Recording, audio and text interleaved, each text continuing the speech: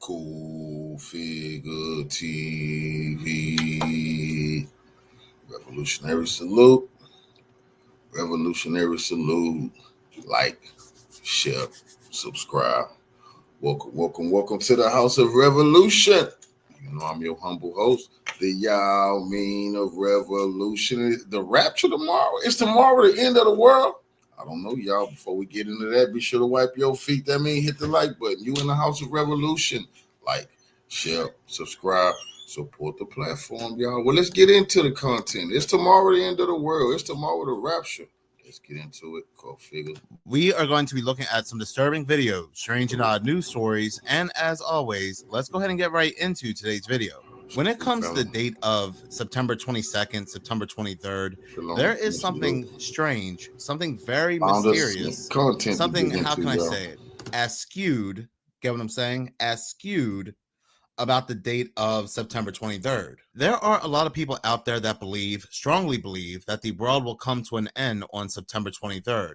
There will be some kind of massive apocalypse or even a rapture. Now, for a lot of countries, they are already in September 23rd. But for example, the United States, the 23rd will come tomorrow. But here's the thing, this has been happening for quite some time now, for years, and it's really starting to feel like the dates of September 22nd, 23rd, and the 24th are massive energy harvesting rituals. The farthest I can find of people talking about this on social media, and I'm sure it goes back a lot further, but you can see this post here on Reddit 8 years ago where this individual asked, what's with the hysteria around September 23rd? And in this comment, you can see him saying that the 2017 eclipse and the recent natural disasters to mean that the world will come to an end on September 23rd. And this is what people were talking about at that time. Now, one could say that this is just mass internet hysteria or a mass internet hoax. One person starts talking about the apocalypse on September 23rd, and then another person does it, until it starts circulating all across social media. One could really take it as that, especially given the fact that people talk about it as a date of destruction every year without fail. But here's the strange thing, is that the dates 9/22 and 9/23 have appeared in more media about destruction and chaos than the date of 9/11. And we do know that 9/11 had appeared quite frequently in movies and media, to the point that a lot of people believe that the date of September 11th has a lot of predictive programming surrounding it. But like I said, you will find that the date of 9/22 and 9/23 appear more often than 9/11. I mean, even going all the way back to the movie The Little Shop of Horrors, it says, on the 23rd day of the month of September, in an early year of a decade not too long before our own, the human race suddenly encountered a deadly threat to its very existence. When it comes to the movie Knowing, a movie about the end of the world, people had pointed out that the number 923 or 932, but 923 in reverse, is seen at the end of the note that pretty much predicts all of these end of the world events. The Big Bang Theory, an asteroid is supposed to or predicted to collide with Earth on September 23rd. When it came to the TV show Lost, the plane crash that set everything in motion happened on September 22nd. So like I said, if you really look into it further, you'll see that the dates 9/22 and 9/23 have coincided with a lot of destruction, chaos, end of the world events when it comes to Hollywood, even before people were talking about this heavily on social media. But what is it about these dates? And given the fact that a lot of people are giving their energies to these dates, to the point that even as of 2025, a lot of people are selling their cars, selling their homes, quitting their jobs, because they believe that the apocalypse will happen on September 23rd, it really feels like a date or dates where we're giving into a giant ritual, which is pretty interesting because the autumn equinox begins on September 22nd, September 23rd.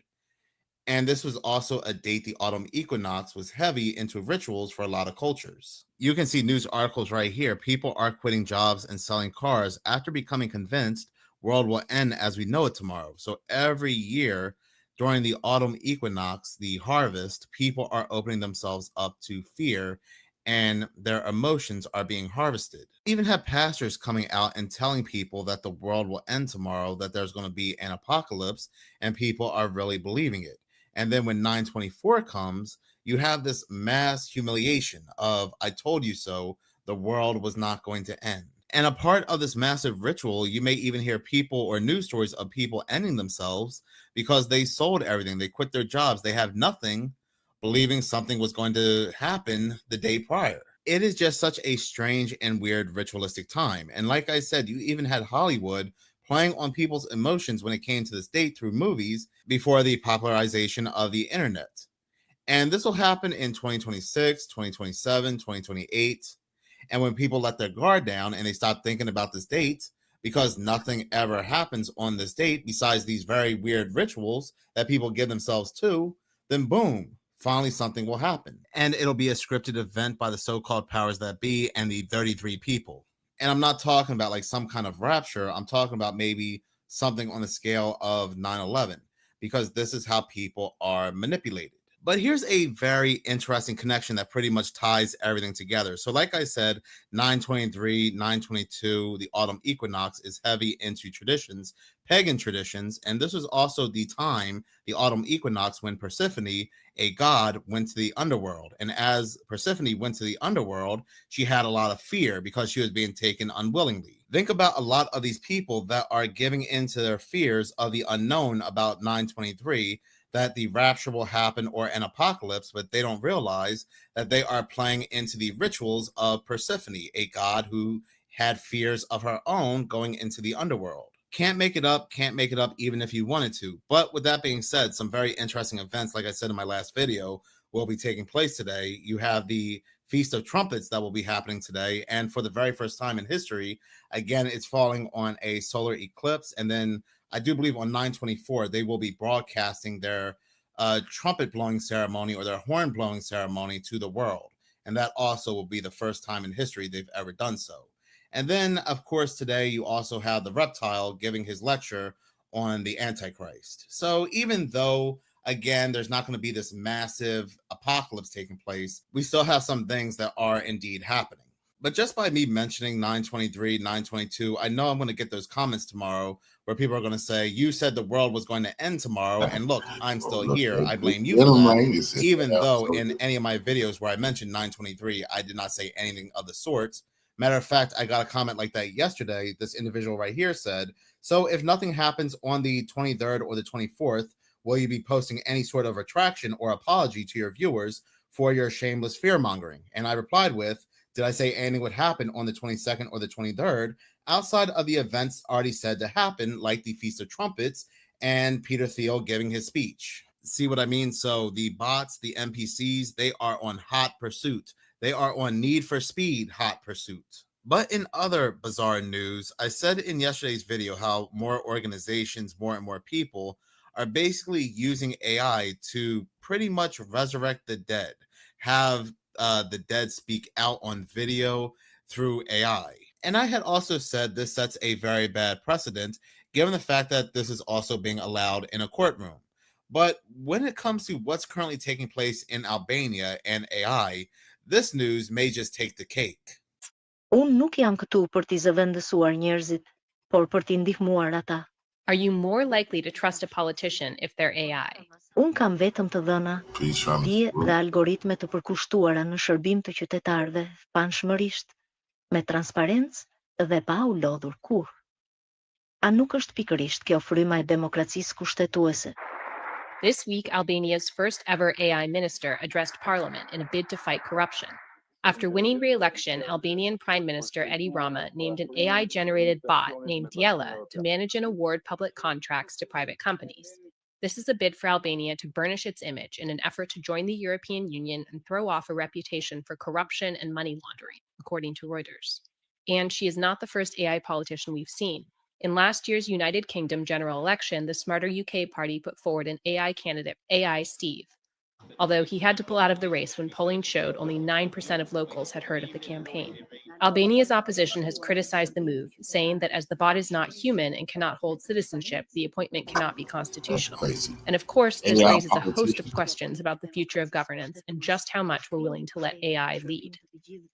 So as you saw in the news clip, Albania will have its first AI prime minister, but I'm starting to strongly believe that a lot of these politicians, a lot of these people in high up places, no matter the country, are pretty much bots or AI themselves. That's a fact. They're always doing something weird or glitching out, but again, that's my own opinion.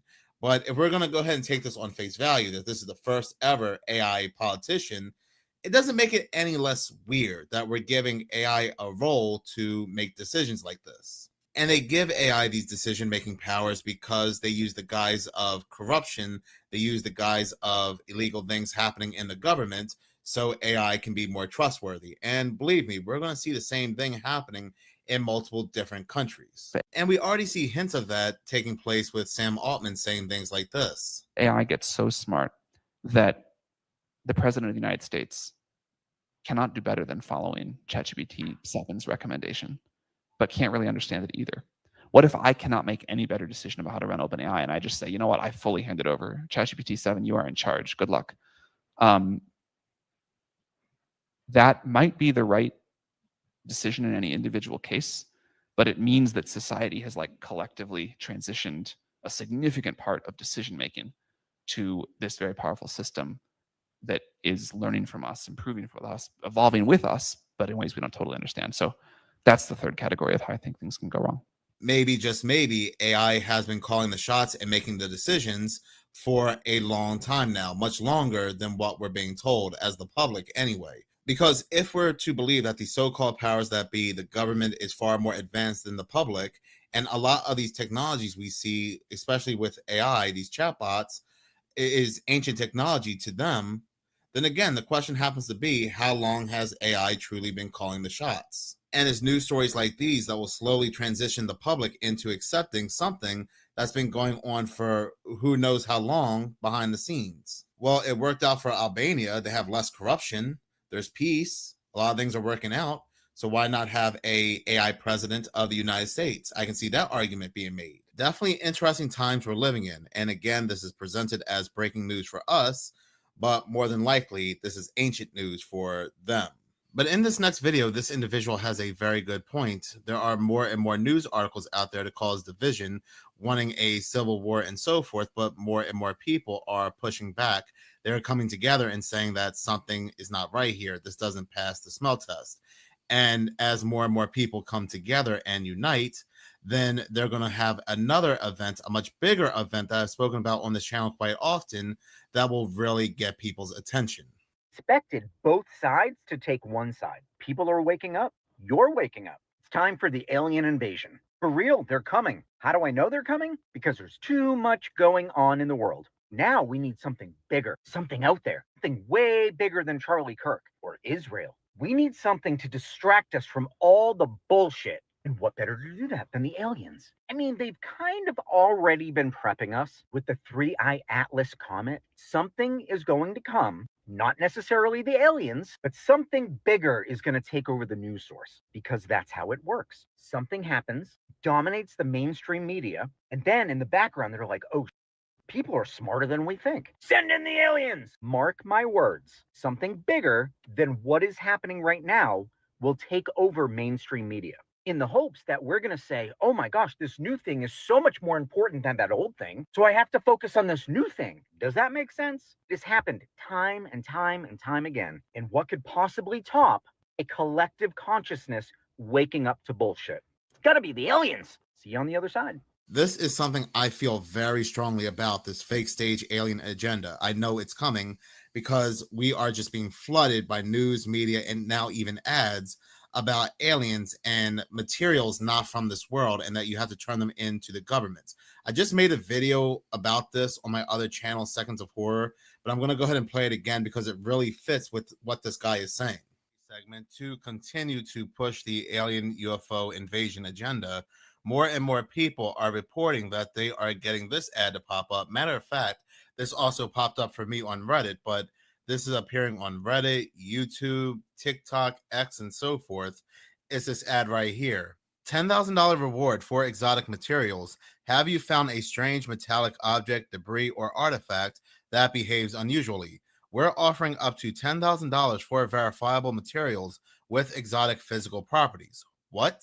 So apparently these are the materials they're looking for. Materials with unusual electromagnetic properties, objects of potentially non-human technological origin, artifacts exhibiting anti-gravitational effects, metamaterials with anomalous structural properties. So I tried calling the phone number and it leads to Washington, D.C., but it kept ringing. So I went to the website right here, retrievalgroup.com, and it looks like an actual website. So on the About section, it goes on to say that, why do we do this? For too long, the most significant technological breakthroughs have been locked away in classified programs, private aerospace corporations, and government black sites.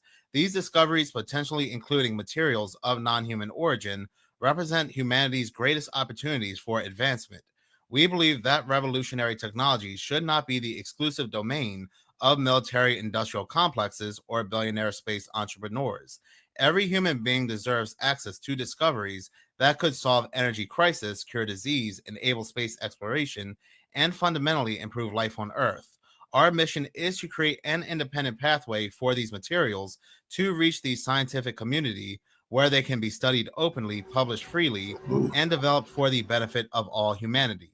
And even if this is a legit website where they would want you to send them in your very bizarre findings, all of this would go right back to the government. And yes, this could be fake. This could be some kind of role playing, but the timing of all of this is very, very weird, given the fact that the government, they are heavily pushing the alien agenda, and not just in the United States, but also in other countries like China. And apparently the only way to send them information is to contact them by phone. You can text them as well. Like I said, it oddly leads back to Washington, D.C., but you would also have to include photos, videos, or documents that go securely through this signal, what they're calling a signal. And again, oddly enough, this is being displayed as an ad all across different social media platforms. And while I hear quite often that not everything is a conspiracy theory, that this whole UFO alien agenda is just a conspiracy theory, how much more evidence do we need before it becomes an actual possibility? And this is a great video breaking down the difference between a conspiracy theory and an actual possibility. Let's begin by playing a little word association. I'll say a word, and you think of the first word that comes to mind. Conspiracy theory is what most people think of. We've all been conditioned to associate the word theory with the word conspiracy, because after all, no conspiracies could possibly be true. They're all just theories, aren't they? Well, in the phrase conspiracy theory, there are two words. The first word, conspiracy. The second word is the active word, theory. By definition, a theory is a supposition, an idea, a concept, a hypothesis. Let me give you an example. In theory, if I purchase a raffle ticket, I could win a prize. Now, as long as I don't purchase a raffle ticket, my win is theoretical. But once you purchase a raffle ticket, the win is no longer a theory. It becomes a possibility. And the more raffle tickets you purchase, the more possible and eventually probable the win becomes. Such is the case with a conspiracy theory. As long as there is no evidence, it is a conspiracy theory. But once you have a piece of evidence, no matter how flimsy or circumstantial it may be, it becomes a possibility. And the more evidence that is gathered, the more possible and eventually probable the conspiracy is. But in other creepy news, I had spoken about in a couple videos how people over in New England believe that there may have been a serial criminal ending a lot of lives. And it actually stopped at the 13th body being found back in August. Well, oddly enough, over in Houston, people now believe that there may be a serial criminal ending a lot of lives, and the number is currently at 13 bodies being found.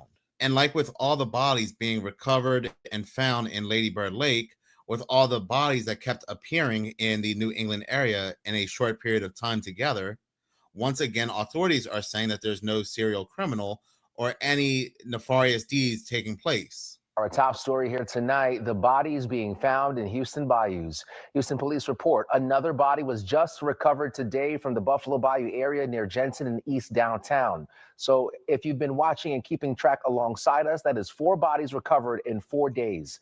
Today is Thursday. And sadly, a U of H student has been identified as one of the bodies recovered from the Brays Bayou area on September 15th. That's Monday. She was reported missing days before. Sherman DeSell has been covering this story for a couple of days now. And Sherman, it is scary stuff here, but just kind of fill us in on what we know so far. Yeah, it's definitely a cause of concern for a lot of our viewers. And many have made some speculations online about something maybe more nefarious happening here. And that's understandable. Our Fox 26 count is now at 13 bodies found in Houston bayous this year by law enforcement and first responders. Remember, the 22 bayous are spread out for miles, so it's a lot of ground to cover, and that comes with tough investigations. Here's what we know. HPD confirms a male body was recovered from Buffalo Bayou on Jensen Street in Edo on Thursday. Our camera caught officers and a dive team on the scene around 3 p.m. There were reports of a man jumping into the water there. We're waiting to hear more on this. And remember when we reported 2 bodies recovered from local bayous on Monday, September 15th? One of them was identified as 20-year-old Jade Sage McKissick. She was a U of H student, reported missing on September 11th, last seen that day near the 3700 block of McGregor by a restaurant. She was a junior communications and advertising major.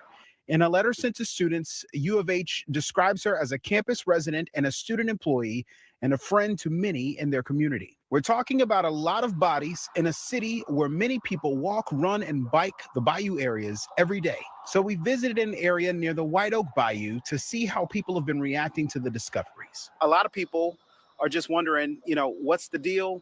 HPD hasn't really given us a lot of information either. What questions do you have?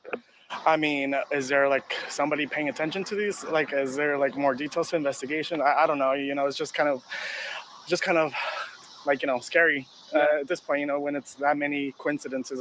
There's not such a coincidence that happens multiple times. There's long-term plans and there's short-term plans. I would hope that the short-term plans are in effect and, something is being done. Someone's, patrolling or someone's watching over cameras or lights or anything's being done right now. One of the guys who just said, is anyone paying attention to these? Yeah. That really brings us right back to HPD. So have we heard anything from HPD on these? We haven't. I have been on the scene of the last 2 recoveries, hoping to hear something from public information officer. Mm-hmm. Haven't heard anything. We've reached out. They say don't anticipate hearing anything right now. We did reach out to the county forensics department to see if they'd be willing to say something. They didn't give an on-camera interview, but we are requesting more details from all of these instances, especially in the last couple of days. So hopefully we'll get some more information. But we hear what you're concerned about, wondering if it's something more that we should be paying attention to, and we're trying to get to the bottom of it. Yeah, we'll certainly continue to ask those questions. Sherman, thank you so much. So if the number of bodies found stops at 13, just like it did with New England, are we looking at some kind of ritual where they're ending people's lives? But again, it's just very weird that multiple bodies keep popping up in multiple states.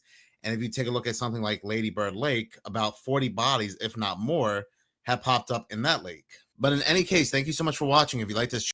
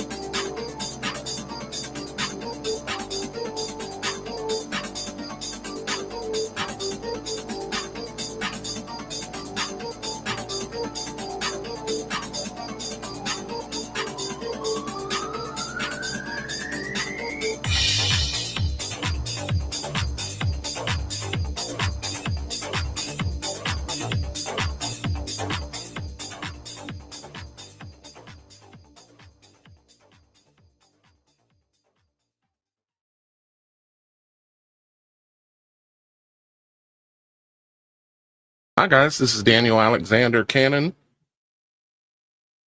and this is the Supernatural Show, the show that is not intended for entertainment purposes. You might get a little bit of entertainment value, but this is a show of truth, is what this is. And it looks like Miss Kim is rebooting her room for some reason, but we'll add her back here in just a minute.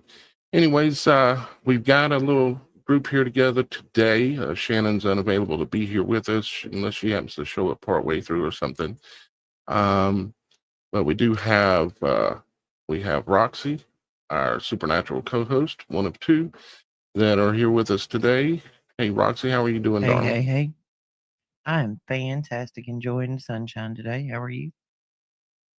Doing good. And we also tickled have pink that we got chat working. Yeah, we're going to show that here in a minute. We actually have Beyond the Veil chat, a version. Whether we'll end up staying with that version is to be seen. But we do have a version of chat working on Beyond the Veil now, which I'll show here in just a moment. But as soon as I get done with introductions, and then we're going to jump into some more talk about September 23rd and the possibilities of what could be going on over the next day or two. Okay, because we're looking at a window, like a 3-day window, basically, of the Feast of Trumpets. Okay, so it's not just the 23rd is the most interesting. It starts on the 22nd, which is today, the beginning of the Feast of Trumpets, and then going into tomorrow and Wednesday as well. So, yeah, and there's a lot of new information that we're going to go over today in reference to the 23rd of September. And no, we're not going to tell you the sky is falling. And no, we're not going to tell you that there's going to be a rapture tomorrow. I mean, the thought of us standing here talking about it and saying there's going to be a rapture tomorrow, and then tomorrow come along, the possibility of us knowing this ahead of time would be no possibility.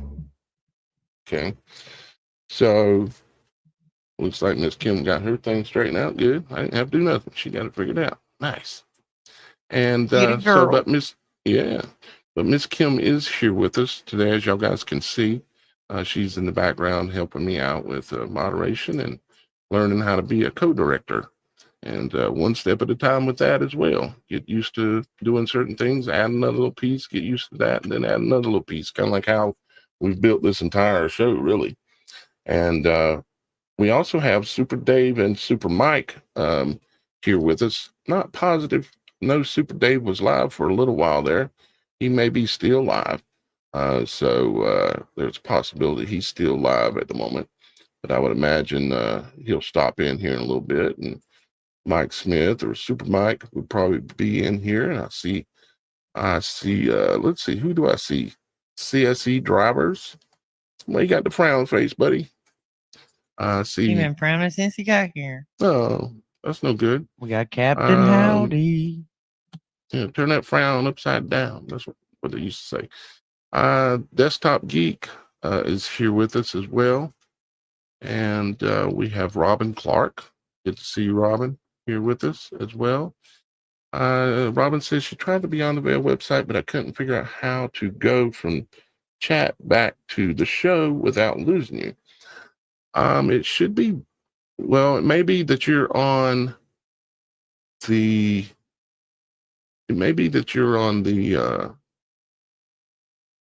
a mobile. If you're on a phone, I haven't tested it yet on a phone. So, but just know, Robin, we will work those issues out.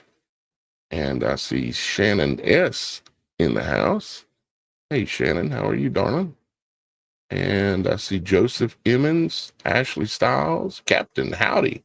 What's up, buddy? Good to see you. And Mama Rages is here. Mama Rages Jeff is here Snyder. a lot. Mama Rages Enox, is always with us. Right. Equinox 777 is here. And and more people. Jeff Snyder too is here. Jeff Snyder, good to see you, Jeff. I hope things are going well with you. And I wonder sometimes if you're still, if you're the Jeff the Snyder, I think you are, if you're still driving truck and checking out plasma fires on the side of the roads and stuff like you were doing there for a while. That was very compelling information that you were And just so sharing you know, and showing. CSE driver turned his frown upside down. Oh, he did. I see that. Nice. Yeah, he CSE did. He turned it drivers is upside now, down. he did turn it upside down. That's kind of like smiling now. Yeah, Robin says, yep, she's on a mobile. So we'll get the kinks worked out. But the way I want it is where you can just be watching the video and right down below it, type in a chat message, you know. And just like so this. we'll get that worked out. I promise you, Robin. Just bear with me because my technical department consists of pretty much me and Roxy. But I'm the one that has to do all the, you might say, implementing on my side for the most part. Although I come up maybe with one grand day, ideas. He plugs them in. yeah, there you go. She's the one that found that chat thing we're using for now. I see Jamie Barham in the house and from Oklahoma. Very nice. Oklahoma. I love seeing visitors from all over the world that are watching the live show. And again, today, we guys, do we're have going to some get from it. across the pond. Oh, yeah. Yeah, we have. I've seen them in here from literally all over the world. The only place I've never seen anybody comment from was maybe like China. Now, we did have someone a while back that was in a country and choose one of the methods to communicate with us. Go to the contact page, and that they're now going down the page, and then you will see on the website too. So now let's get to the subject matter for today. And you may or may not, most of you are going to know that we've been talking about September 23rd and all the things that are going on, especially we've been talking about in the heavens and with, you know, the moon doing strange stuff, the sun doing interesting stuff. I mean, what have we seen in the last 2 years since that eclipse? A lot of amazing stuff. Auroras worldwide, a comet that was naked eye that we could see, the first comet Atlas that appeared back in the early spring this year. Now we got another comet Atlas, and they're claiming they don't know what it is. You know, of course, I don't really listen to them very much, but they've got a story that they're telling, and there's a reason. There's a reason why they're telling this story. And so I have to look at it because a lot of times they will, in their ways, tell the truth without telling you. And they won't show you. So you have to be looking. You have to pay attention. And so I try to do that. There was a new Starlink launch recently. Actually, excuse me, not Starlink. It was the SpaceX was launched recently, and it was a bit different. And we're going to take a look at what that was here in just a moment. I'm just activating some tabs here, and hopefully my computer don't go completely haywire because I've been maxing out this PC that I use to run all this on. And I really, really, really need a new PC. Anybody out there build PCs? Help a literal brother out. I can get them online from a company that I really like, get what I need that would run everything 10 times better. Somewhere around $2,000, it looks like. I thought it was going to be more than that, but around $2,000. All right, let's see. This is a launch I was talking about. It's called NROL 48, the National Reconnaissance Office, something other, number 48. And it says, and it was launched by SpaceX about, I think it was about a week ago. Okay. And which I've got some information here on it. But when I look at their stuff and what they're doing, they use symbolism to communicate everything, good and bad. They use symbolism. And you notice this is what's called a patch. They supposedly designed these, and they make a bunch of different kinds. Like here's an actual image of a patch. And it's a launch patch that they create for different missions they're doing. Like this one was NROL 39, and it says, nothing is beyond our reach. And this was launching something up into the heavens that they claim they can keep floating up there, satellite. And this thing says, nothing is beyond our reach. Okay. And then here's another one. This is an actual image of a patch too. And it says, National Reconnaissance Office, Titan, IVB 30, and it also says NROL 16, and it just says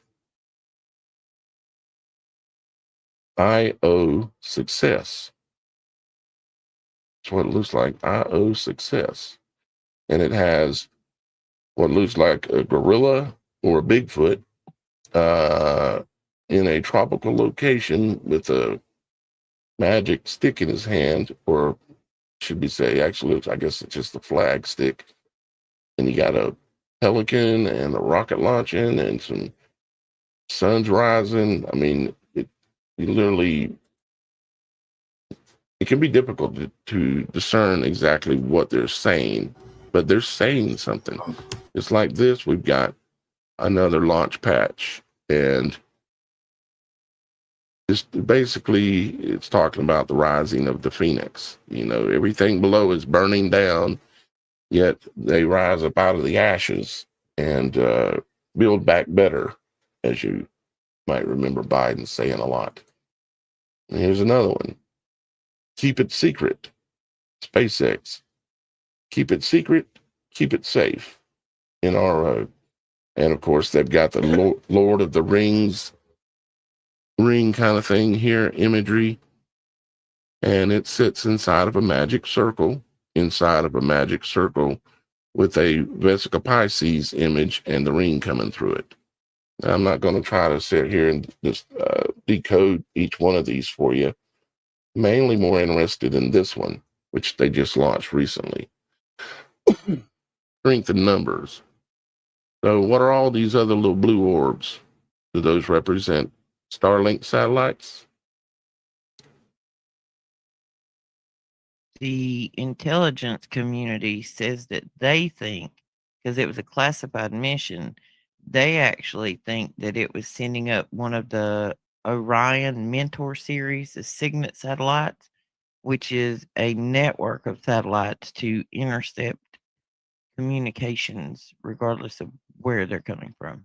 Well, it does say strength in numbers. So it's either somehow connecting probably with the Starlink or related to that, or either they maybe have launched some kind of a group of tiny nano-sized or small cube-sized satellites, because that's how they roll. And but they launched this one just a few days ago, less than a week. And so it makes me wonder, okay, what's this new technology, this new magic? Because that's what technology is. It's magic. And so what is the capability this thing has? And of course, I don't know how it might relate to September 23rd, how it might relate to any time. But there's a reason why they put it up there. There's a reason.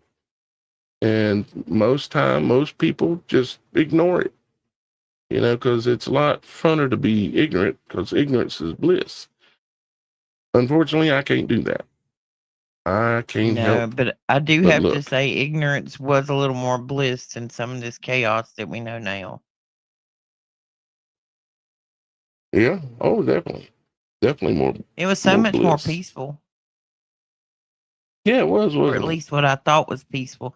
It was Right. peaceful to live with like charcoal in your eyes because you couldn't see. Mm-hmm.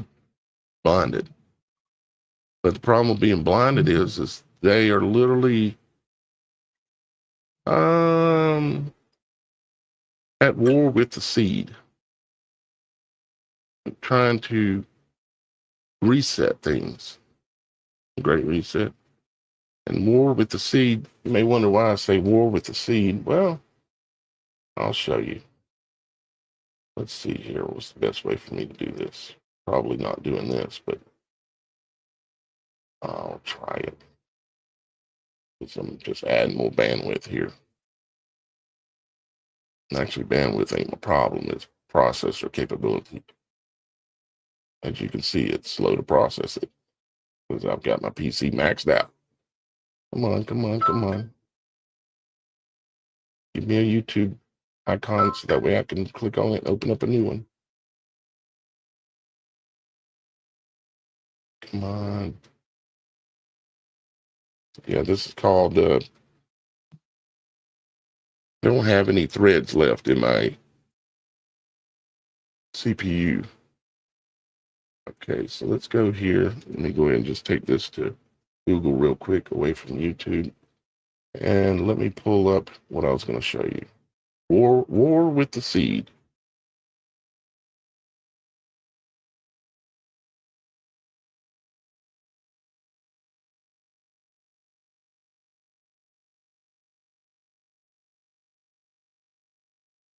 And this is how they work, whether you know it or believe it or not. Let's click on that image and see if it opens. That's not a very big one. Let's try, well, let's just try this one. It'll be good enough. Okay, so this is Operation, see here it says warp. Okay, so the word war is part of the word warp. War. The word speed or the word seed is part of the word speed. You just remove the P and remove the P. So you remove the two P's and you have war seed. And you say, well, Daniel, that's a stretch. Okay, it may be a stretch, but the thing is the truth is they are at war with the seed. Now, I can't get into explaining who the they is, and I can't get into explaining why. Well, I can explain maybe some why, but there's too much censorship here on YouTube.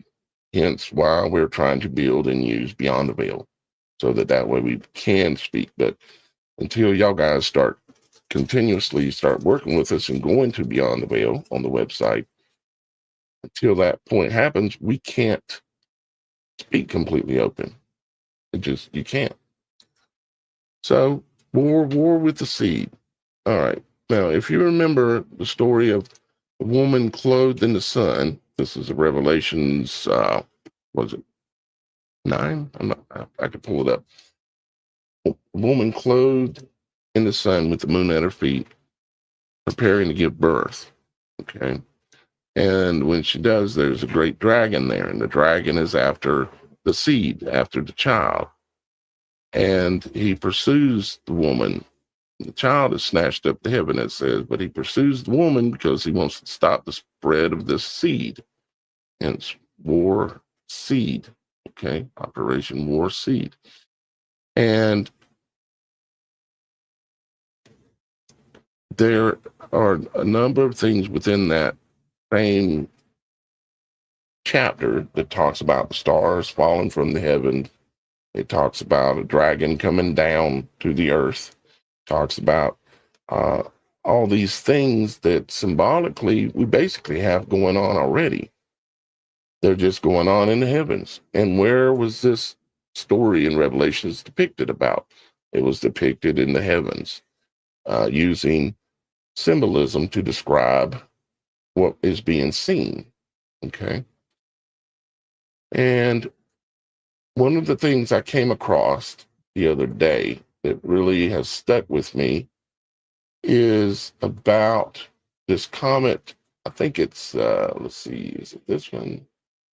Swan. It's this one. This comet. Hang on a second. I'm they sorry. discovered. Can I interrupt you? Okay. Yeah. I have a question. Go back to that 50 states thing you just had up. No, the last tab. You were showing the little flag of the 50 states. Yeah. One thing. I'm sorry, guys. No, I wanted the to one bring you're something talking up about. before we I got passed to it. I'm sorry. back up here and see where it's at.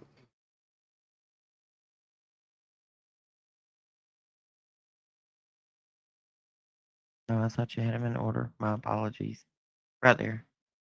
Well, they're in Look order, but at only I know the on order. that. Okay, look at that This was constellation new of too. stars. Mhm. Well, yeah, they just had that. The 250 delegates that went from U.S. elected delegates that took a all expense paid trip.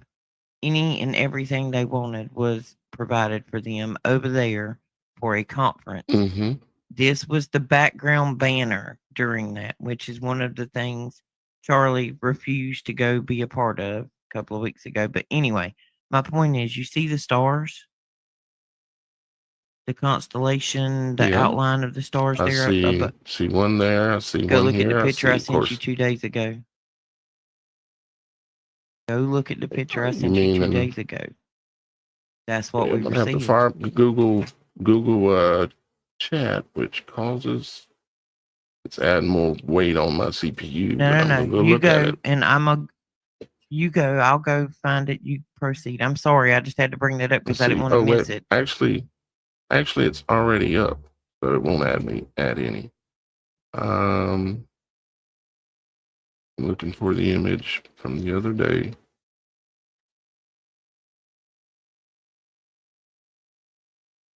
And I don't see an image from the other day that has to do with that. I remember you sending one, but I think you sent it on the cell phone. Yeah, it's probably text. I'm looking for it. It was text, I think. Yep. That would have Caught been my text. eye. What's You the? can't mistake that. It has the same star alignment kind of thing. Everybody was posting pictures on TikTok at right before, TikTok, Facebook, everywhere, all over the country. This is what the moon and Venus and something other else looked like. I think it was Friday morning. I don't know. We only send like 3,000 texts a day. Venus was right close to the moon, yeah, to the lower right. I remember seeing it, of course. Looking back at our text conversation to see if I see the image you sent. I think it was in the group. It was in the group. Oh, Lord. I think it was in group. Killing me. Sorry. Y'all don't understand how many text messages we send. We have individual groups. Got groups inside of groups inside of groups. And okay, that would be Friday morning at 8:33 a.m. Okay. Dave, give a big thumbs up right before I sent that.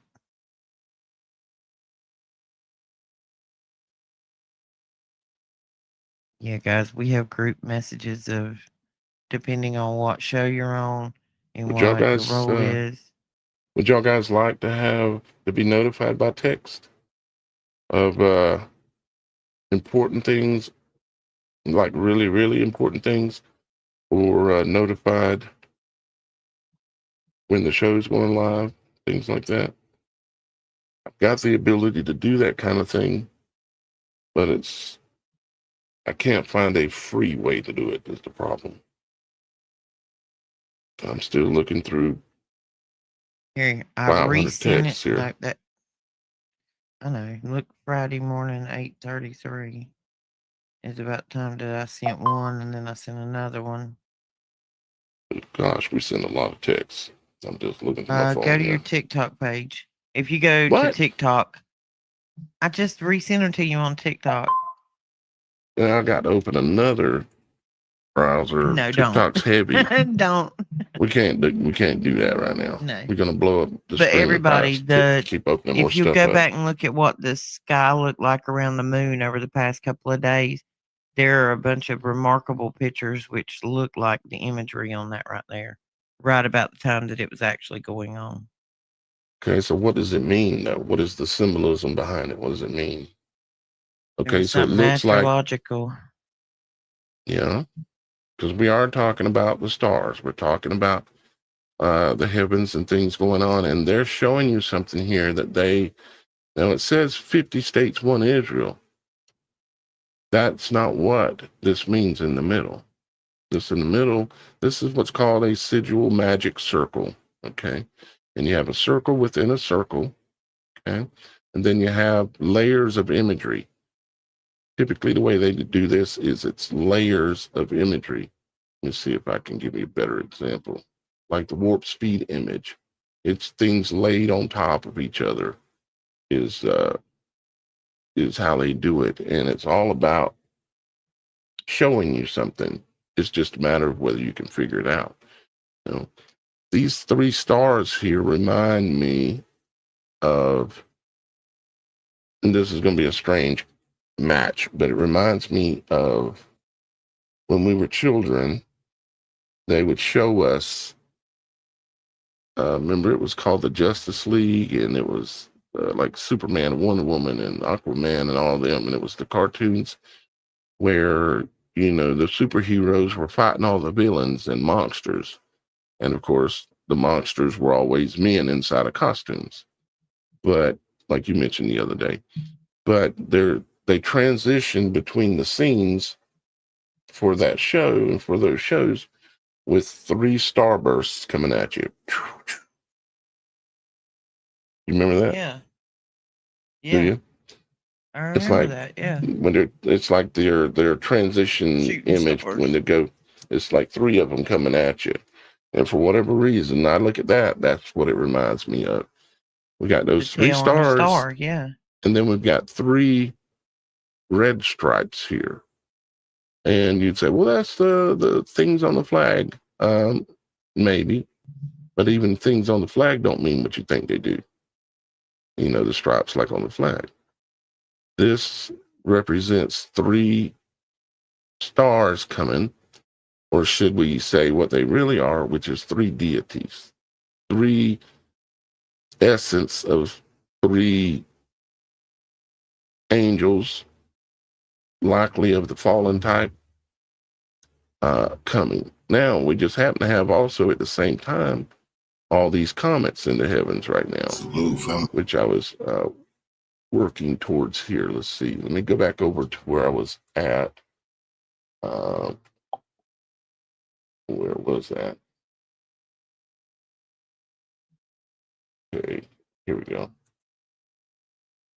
This is Swan. Now, most of you, if this is new for you, I realize some things I talk about and say on here can cause you to have a knee-jerk reaction of Daniel's out of his mind or Daniel's crazy. What you've got to do, if you're willing, and you are on the Supernatural show, you're here for a reason. You didn't come here to hear the same thing that everybody else is saying. And that's not what I'm going to give you. I will dare to say the things that I believe actually have more truth to it that other people won't speak, because they don't want to be seen as crazy. Because, they want, it's like the saying I say, you've got to believe what they believe, and vice versa, or else you're considered crazy. So they discovered this comet that I'm talking about. We already know there's the 3-eye atlas, and 3-eye, matter of fact, that goes right back to that image again. How many stars were there? 3. Now that star is called 3-eye. An eye is a pillar. The letter I, it represents a pillar. And it can also represent other things as well. They also came out with a program here recently called the 3 Pillars, and it was related to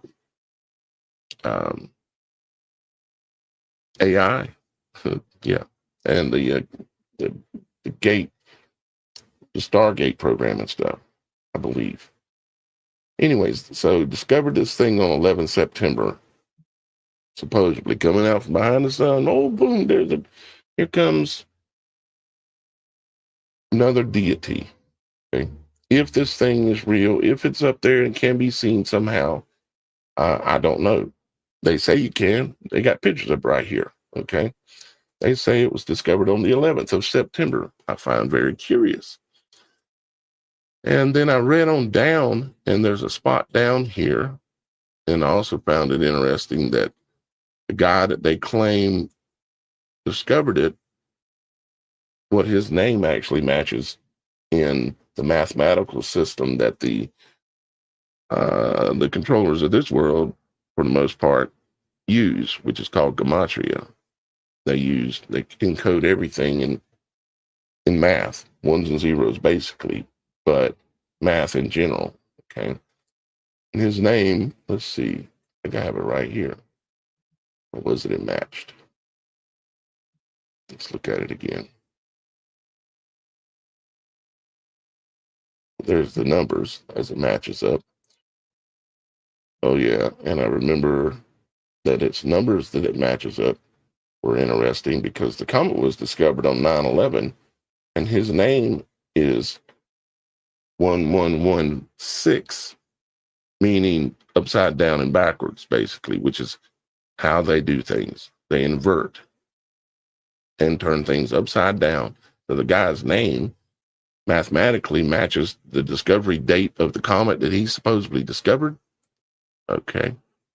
Now, if we go down, we can look at all the different matches that match with him. But if we come down here, it matches like the world is a stage.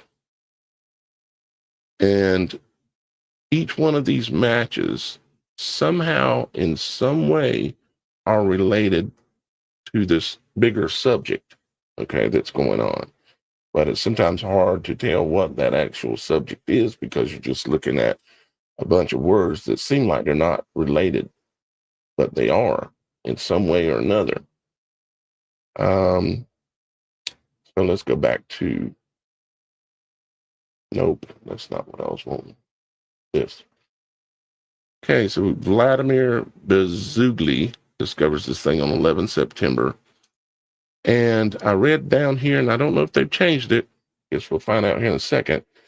It was discovered in Virgo, constellation of Virgo. Think about the Revelations, the story of the woman clothed in the sun. Of course, that's representative of Virgo, to the best of our ability to know.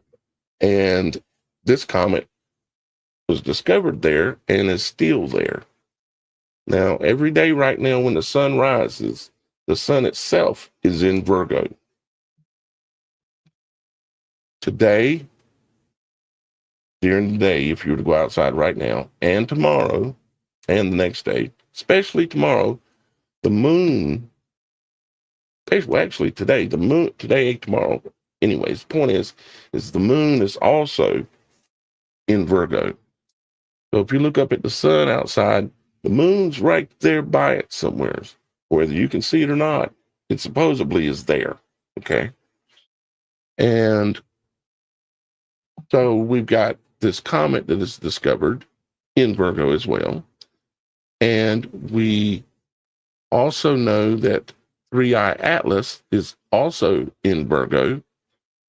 And we have another comet called C2025K1 Atlas that is also in Virgo. Okay.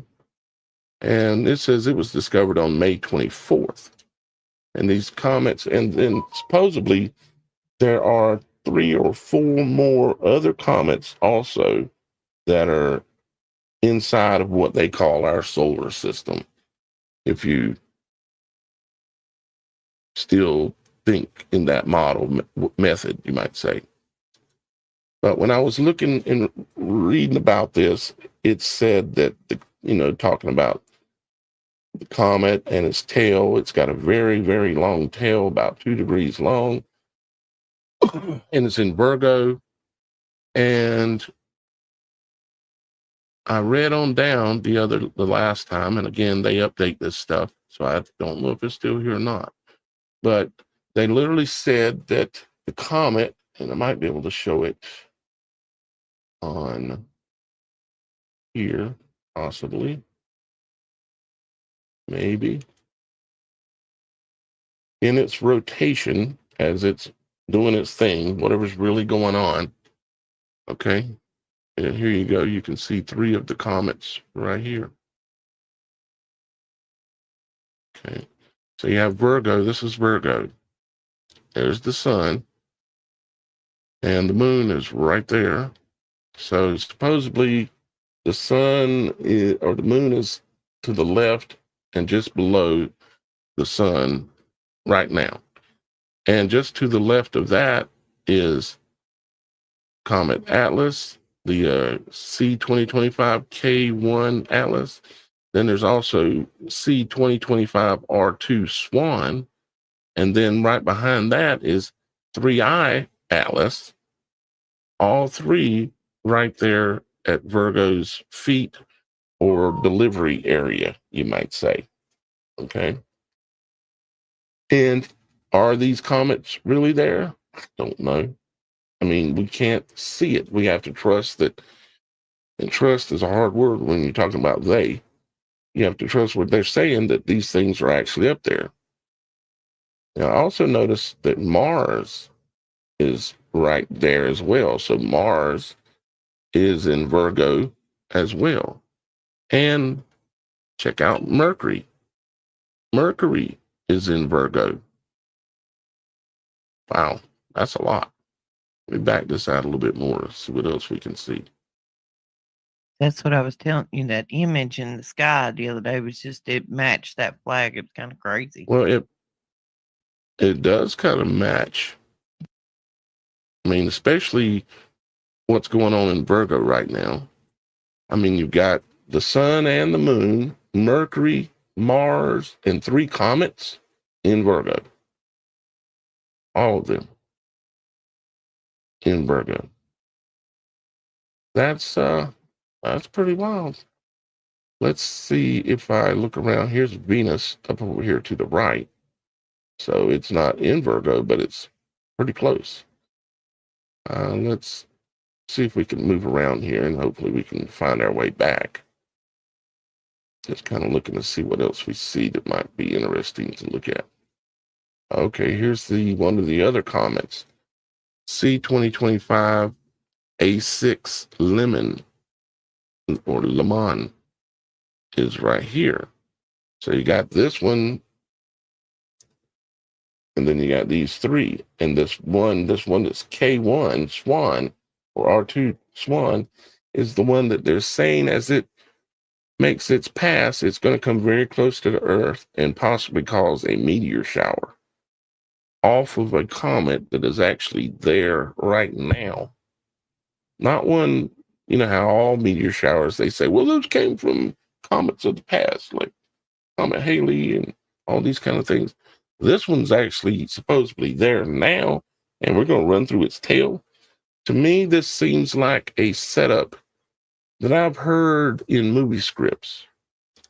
And I also theorized it back about 6 months ago, that we would end up in a situation where there would be a comet that would, I mean, I literally, you could go back and look at the live show, but I literally spelled out what we've got going right here, right now, 6 months ago, before even 2 out of these 3 comets was even discovered.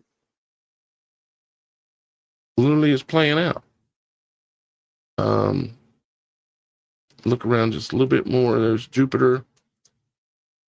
This is the horizon down here, this blue strip at the bottom, the horizon. Let's keep looking just to see what we see. And I know we're going to have to look up in a minute and see if there's anything up higher, because there supposedly is a couple of more comets around somewhere. But it's possible they're not showing on here for whatever reasons. There's another one right up there towards the top. I can get this thing to go up. There we go. That one's called C2024 E1 Wierchos. WIERZCHOS is what that one is called. So here we have this other comet, and it is in, what is it in? Ophiuchus? Going into Ophiuchus? And let's see.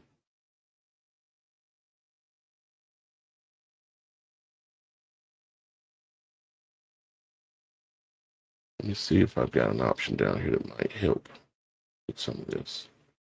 Share the view, take a screenshot, settings, set observing location, reset time, search, and share, and help. No, it's not going to tell me. I think this is in Draco, right close to what's called Draco, or the dragon, which is interesting too.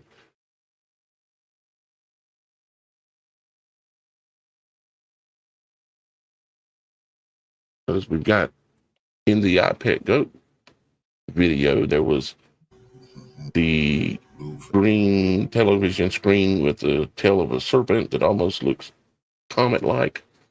That his name, according to Heliofont's website, is called Draco. Like Draco dragon kind of word, you know. All right, we should be coming back around here where we were at. Yeah, here we go. Okay, so that comet. Okay, there we can see 3 of them there. So this one's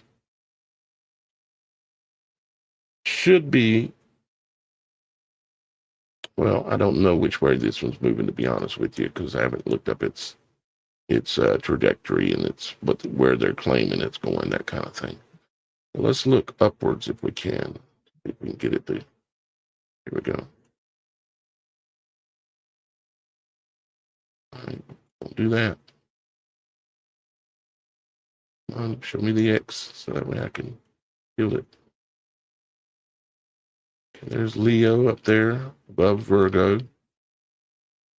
Leo, the lion, the king, as they would call it. Come on, problem. Apparently, that's all we can see. Okay. So, this whole story, where I'm kind of working with this or going with this, is, let's see if I can take you there. Is, well, one, they launched this, okay, along with all of the Starlink satellites. Starlink to me is saying something to do with linking things together, of course, like a fabric, kind of like in the Greek language, the bow, the rider of the white horse had a bow. The definition of that in Greek is the simplest of fabric. And of course, we know that they've launched rockets back at the beginning of the pandemic that had symbolism on it showing the white horse and the red horse, very clearly saying our time has come. All of this is important and tells a story. For one, it tells a story they want. They don't think people are going to be able to figure out. I mean, I think I must be the only person ever to talk about the fact that they created these mission patches that say our time has come, and they show the white horse and the red horse of the apocalypse, which I have explained in detail. I'm headed towards, let me get to where I'm going. I bore everybody to death. Okay, so here's the thought. Normally, their plans, things they're up to, they'll put in movies. For instance, like Little Shop of Horrors. You know, the green purple eater. Kind of like, but she ain't green, I guess, but down in somewheres in South America or somewheres, there's this guy in Bolivia or something that's found this egg or something that they claim came out of fell from the sky, and now it's turned into this black spaghetti looking thing that's growing, and he's got it inside of a safe. The black spaghetti monster. Yeah. Oh no, he's got it in a deep freezer now. He's trying to freeze it, or has he just got it in there with some blocks on it? I think I've seen that. Yeah, he says he's got it in there with some blocks on it. I've seen some people stating that it looked like a painted potato. And then I've seen somebody that gave a chemical. It was like silicone and something other else, and they kind of replicated it. Not that I want to dismiss it altogether, but AI is pretty good. Mm-hmm. And we already know with the guy that claimed he saw submarines in Myrtle Beach how that can end. Yeah, how did that end anyways? He came out and admitted he was lying. He wasn't lying. It was a joke. And in the bottom left-hand corner of the video, there was a hashtag. It said fake news. Really? And everybody believed it and took off running with it. So he just kept going with it. Because I think at first he actually thought that they realized it was a hoax. They did not. Mm-hmm. Well, if you know anything about Myrtle Beach, me and you both have walked out into the water, and the water is not very deep, and you can go way out there, especially on low tide and even on high tide. But there's a huge lip in South and North Carolina. There's a huge lip, and it's shallow water, only about maybe at the most 20, 30 feet for miles going out into the ocean. A submarine cannot fit in that shallow of water. So for me, once I realized that how close to shore it was, because it was only it wasn't very far out at all. It was like submarines can't fit in our water down here. They would have to stay about, 100 miles out where it drops off into the Gulf Stream. So what I did, guys, I started looking at, and I'm kind of pulling them up here for you to see. I started looking at movies that showed a couple of different things, okay? Because they like to put their plans in movies and put it out ahead of time, sometimes way ahead of time. For instance, like the third movie ever made, it was a silent film. It was in black and white. It was in like 1905 or 08, right in there, the beginning, turn of the century. And it was called Aliens on the Moon. And that was the third movie ever made. That's what they decided to depict. And when you realize they've made thousands and thousands of movies and TV shows and whole series on television shows and all about aliens and stuff, it makes you start to realize that, for one, you're watching the television. Two, you're watching programming. Three, you're watching a cast. All these are witchcraft type terms.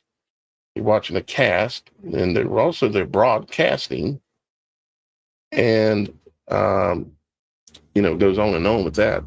But you start to realize that they're selling you something.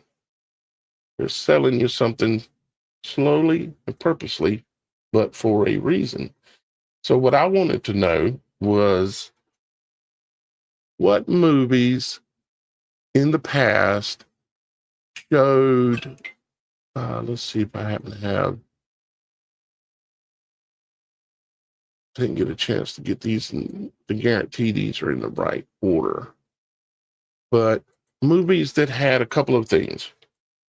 I wanted to see what movies had what looked like snow or ash, flaky stuff,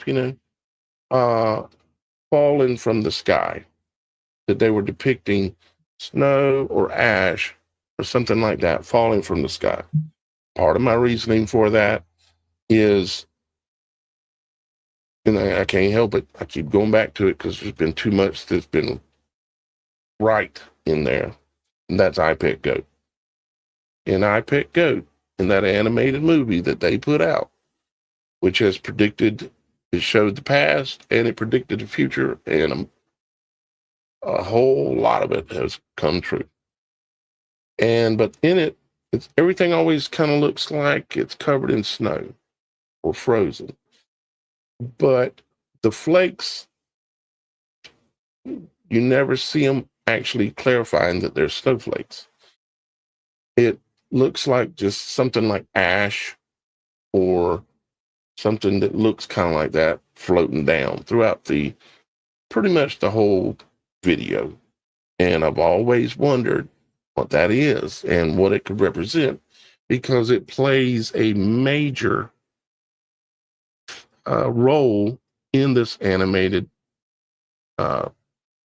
movie, whatever you want to call it. What about volcanic ash? Yeah, that's it would fall in the categories like volcanic ash. Now, they kind of show you one thing to make you kind of think it might be something. In the opening scene where the goat's in the box and he sticks his head out the box, starts spinning his head and everything, that's the beginning of I Pet Goat. And you can see the ash floating down. He's inside of Auschwitz, okay, or an Auschwitz type scene. And there's 6 lights that are shown in the heavens. And those 6 lights are the 6 planets, or possibly represent the 6 planets that are in the sky right now from sunset to sunrise tonight and tomorrow night. In the background behind the goat's box, you can see smokestacks with smoke coming out of it. And of course, you're talking about Auschwitz. So what you're talking about is the flakes of ash from the burning of bodies could clearly be depicted as that.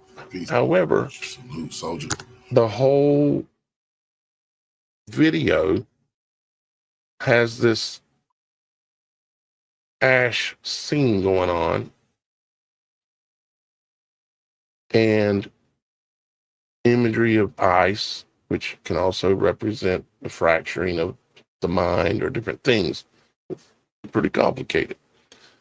But I don't think they're necessarily strictly making that character of flakes falling down throughout the whole thing just to depict ash of burning bodies from a incinerator that is depicted on the left-hand side of the box that the goat comes out of. On the left-hand side of it on the screen, you can see it way in the background. There's smokestacks with smoke coming out of them. I think it means something else, and I can't help, it keeps coming back to my mind over and over and over, that going back to the comet that they say is going to give us a meteor shower. Could it be time that comes here in the near future where ash starts falling out of the sky? It would be something that would likely be worldwide. It would be kind of like I think it was in Stranger Things, that show that most of us are familiar with. When the world was in the upside down kind of world, there was like this ash floating down. And then there's a couple of other movies that I remember, like, what was that one that we were talking about the other day? Yeah, it was called,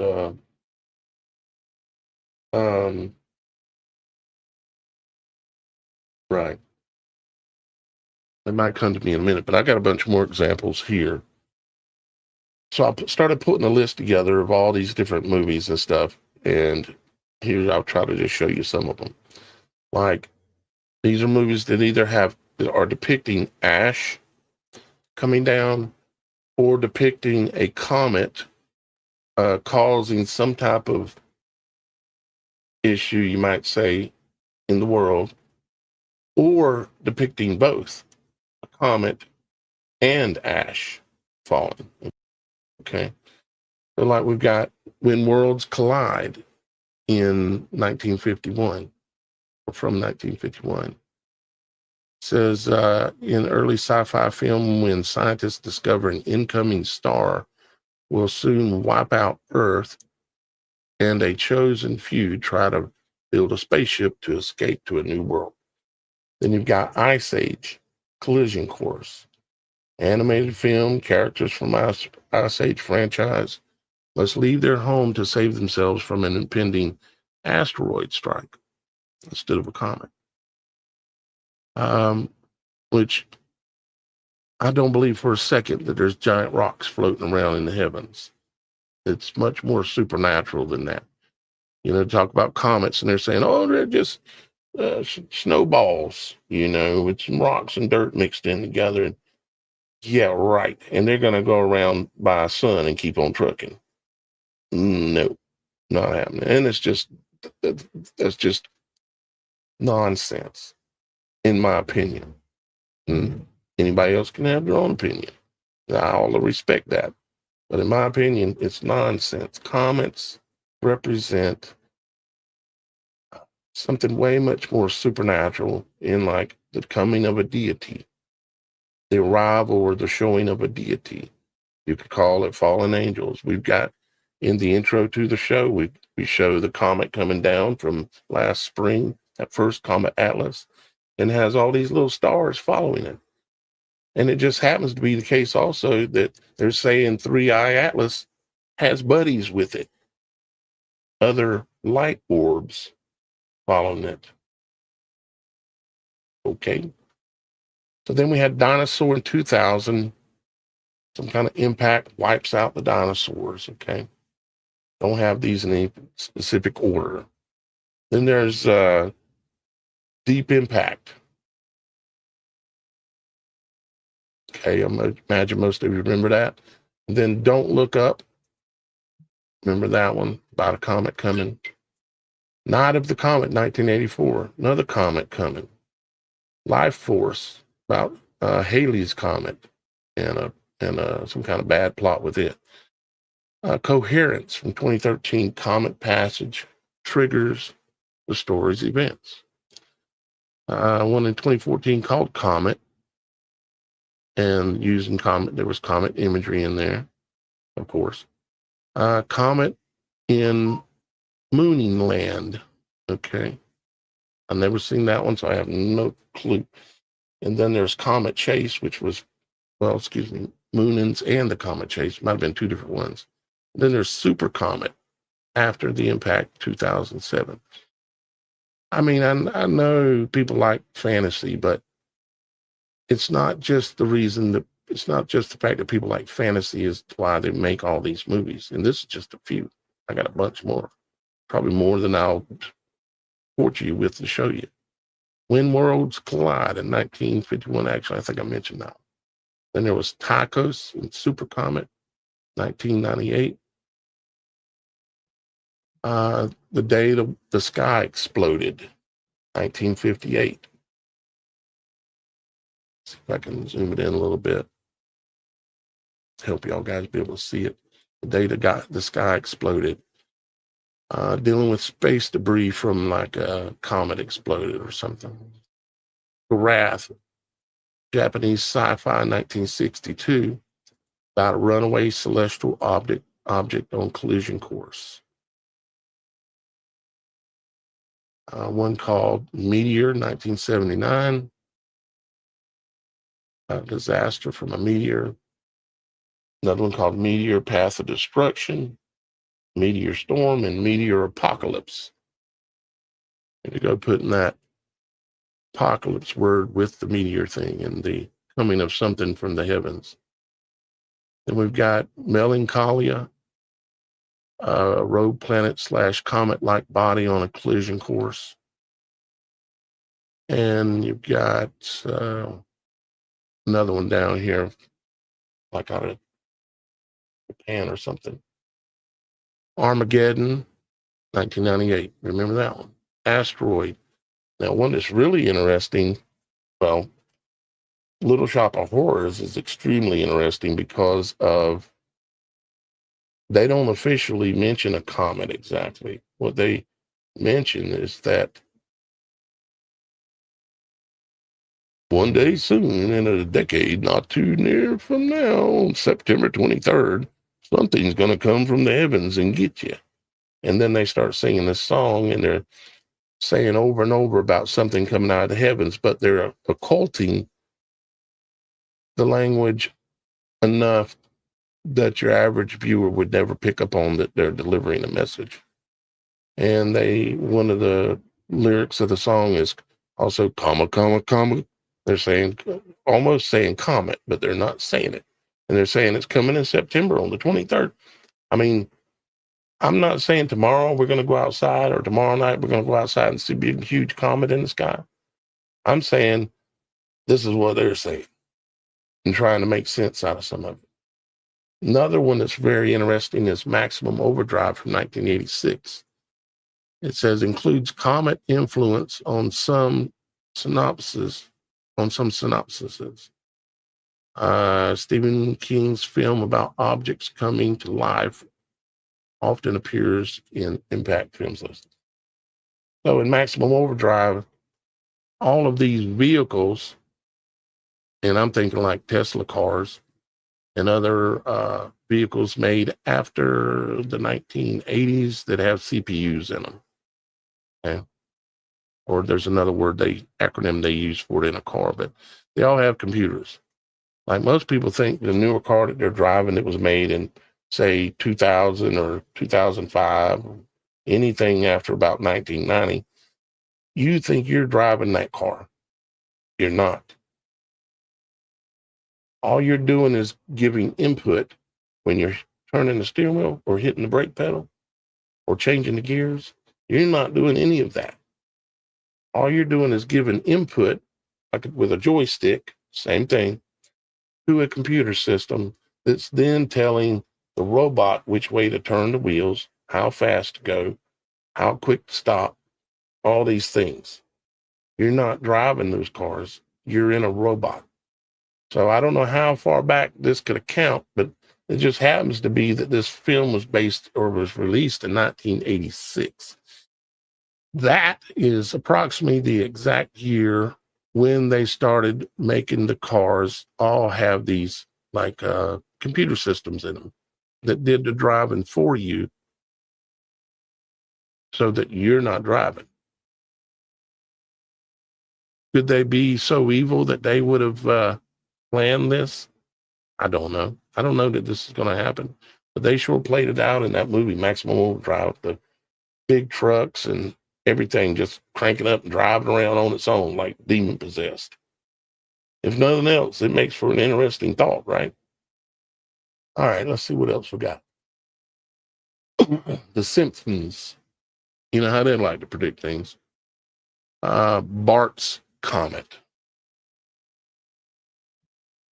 So Simpsons, made at least one episode, probably multiple ones, about comets. Okay. Said Bart's Comet, season 6 episode was about Bart discovering a comet headed at Springfield. Okay. And I thought about going through and trying to pull a lot of these clips together and edit it up, but there's not time. You know, that takes a lot of time and a lot of work. And y'all guys can look these up for yourself too as well. Tales from the Dark Side called Comet Watch. Adventure Time, The Comet. Doctor Who, 1988, Silver Nemesis. Moonins. Here's some animated ones with animated movies with Comet storylines. Comet in Moonland, which we mentioned. I guess this one was named Your Name. The comet is a pivotal plot device for the movie. And Adventure Time, which uses the catalyst of comets apparently in the movie, and it was animated movies. Here is cosmic astrophysical dust or debris, non-comet, meaning there was dust or snow imagery or something falling from the skies. One was called Melancholy in 2011. There's not little dust, but atmospheric disturbances and visual debris effects as the rogue planet nears. Movie Knowing from 2009. Was that Jim Carrey, I think? Solar flares, an atmospheric sky, ash-like fallout is shown in some of the destruction scenes. I remember some of that. Another one called The Road, which I think I actually mentioned. It says the entire landscape is covered in gray ash/snow-like fallout after an unspecified cataclysm. These are supernatural/horror, bad snow or dust, I guess. Silent Hill, constant ash. This is from 2006. Constant ash or ash-like snow falls over the ghost town. And they reference it to a coal mine fire, maybe. 30 days of night, snow and blood, but the snow setting itself becomes ominous in a supernatural vampiric sense. Vampiric as in like parasitic, maybe. 30 Days of Night from 2007. Matter of fact, the Revelations even talks about the mixing of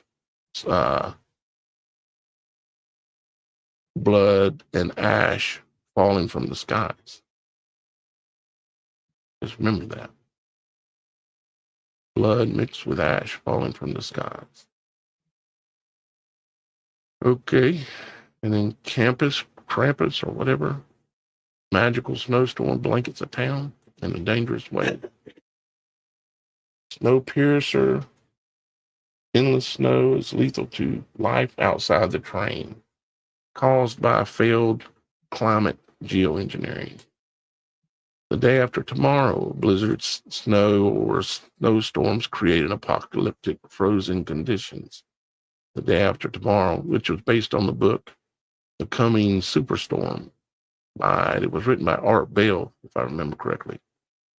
Then I remember this one was called The Mist, 2007. There was this ash-like mist. Remember back, how many months ago has it been now, that people were recording the fog outside because it didn't look like fog? What was that about? I actually saw some people in North Carolina that recorded some ash falling over the weekend. Really? I'll have to go back and look for them. I think that would be something to look at.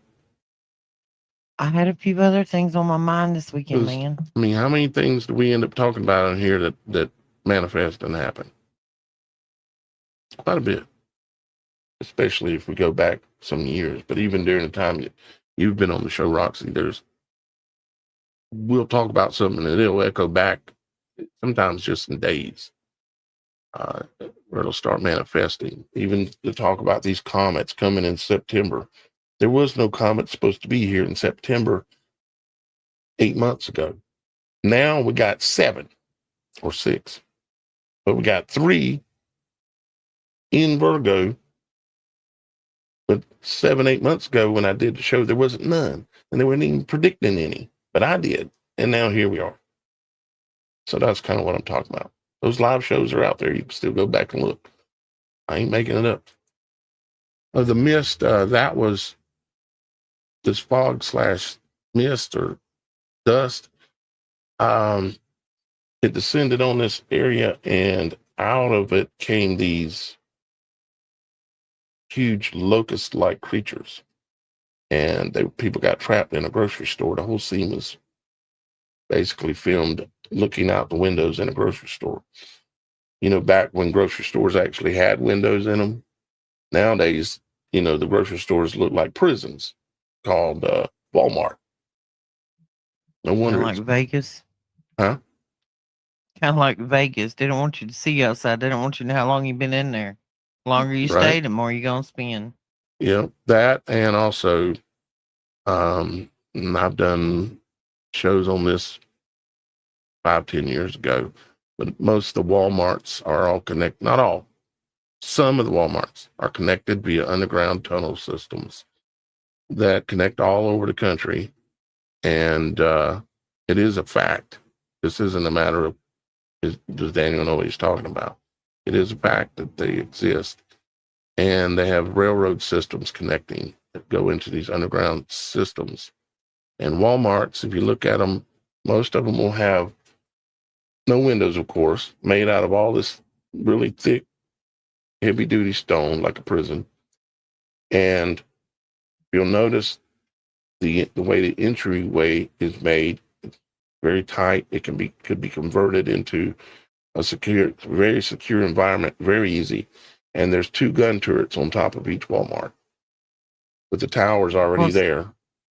And if you go inside and try to find where those turrets are at, you can't get in that part of the building. Well, you do know that's why the intercoastal waterway was built on the East Coast, right? So that if we were actually trying to back, hundreds of years ago or 100, whatever, I'm not even sure when it was built, but I do know that part of the reason behind the intercoastal waterway was so that if we were being attacked from sea, we could still have a water shipping lane of goods from north to south by only having to jut out into the ocean for a small time.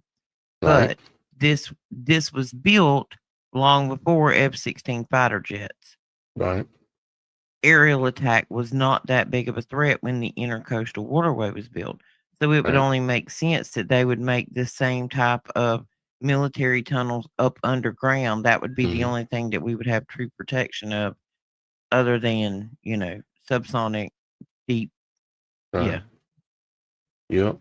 Yeah, the intercoastal waterway is that had to be one massive project. It's like, where'd the dirt go? Willie asked me that the other day. He said, "What they do with all the dirt?" They sold it at Walmart. I don't think they had Walmart when they built the intercoastal waterway. They sold it to somebody, did something with it. After they went through it, made sure they got out everything that they was worth anything, of course. Then they sold the dirt. You say, well, where did all this dirt for all these tunnels? If they're digging all these tunnels, Daniel, where's all the dirt go? They sell it at Walmart. Because they got tunnels coming to Walmart, and then you can go there and you can buy rock. You can go there and you can buy dirt and all these things. All of it's coming from the process of building those tunnels. Now, I ain't saying it's still coming from there, but it would not surprise me if I am that I'm not actually correct. So the intercoastal waterway started early or 1820-ish. Really? And that early? Yeah. Wow. In 1808 to 1825, first canals and improved rivers were built on the East Coast up in Chesapeake, Delaware area. Civil War, the Army Corps of Engineers improved certain waterways for military transport. Early 1900s up into the 30s, they tried to modernize the intercoastal waterway system to link rivers and bays. By the 50s, you could go from Boston to Brownsville, Texas. So in about 100 years, in different segments, they built it. So the intercoastal goes all the way to Texas. It crosses across Florida somewhere? Yes, you can access rivers and stuff deep enough to channel a ship from Boston to Texas. Yeah, I remember one time I seen in the intercoastal, because it's not that big in some areas, but when you see a yacht go through that is almost just like massive, and it takes up most of the river or the waterway. You're like, oh, this thing is deep, Well, and like down at Santee, you've got locks, that they rise and lower the water to move ships along over shallow spots. But yeah, it was made for commercial shipping and military logistics. But a lot of this was built, like I said, before we had F-16s and Warhogs and Black Hawks and a lot of aerial threat, so we thought. But underground makes sense now. Yeah, they might be the Boring Company. There's a reason why it's called the Boring Company by Elon, right? He's digging in the heavens, digging in the ground. He's everywhere. Okay, so if we look at some of the biblical and non-biblical writings about the subject of dust or snow-like stuff or something falling from the heavens, We can see some different things, like Revelations 8 and 9. It talks about a third trumpet and describes a great star burning like a torch falling from heaven, giving it the name of wormwood, where it poisons all the waters, the rivers and the waters and stuff. So something that it says that will come one day, something like a great star, like a burning torch falling from the sky. That'd trip out a few people. And Revelation 6:12 through 14 talks about the sixth seal, where there's a great earthquake. The sun turns black, the moon becomes like blood, and stars of heaven, meaning angels of heaven, fell to the earth as a fig tree drops its. And here it says late figs. That's not what the Bible says. That is wrong. It says where a fig tree drops its figs or its fruit prematurely, meaning they fell before they were ready. They shouldn't have been fallen. So anyways, I didn't write that. Okay, but that is incorrect.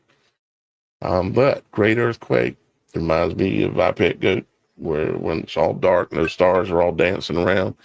And then there's the birth scene where there's this great earthquake, this climax with a birth scene, if you get what I'm saying.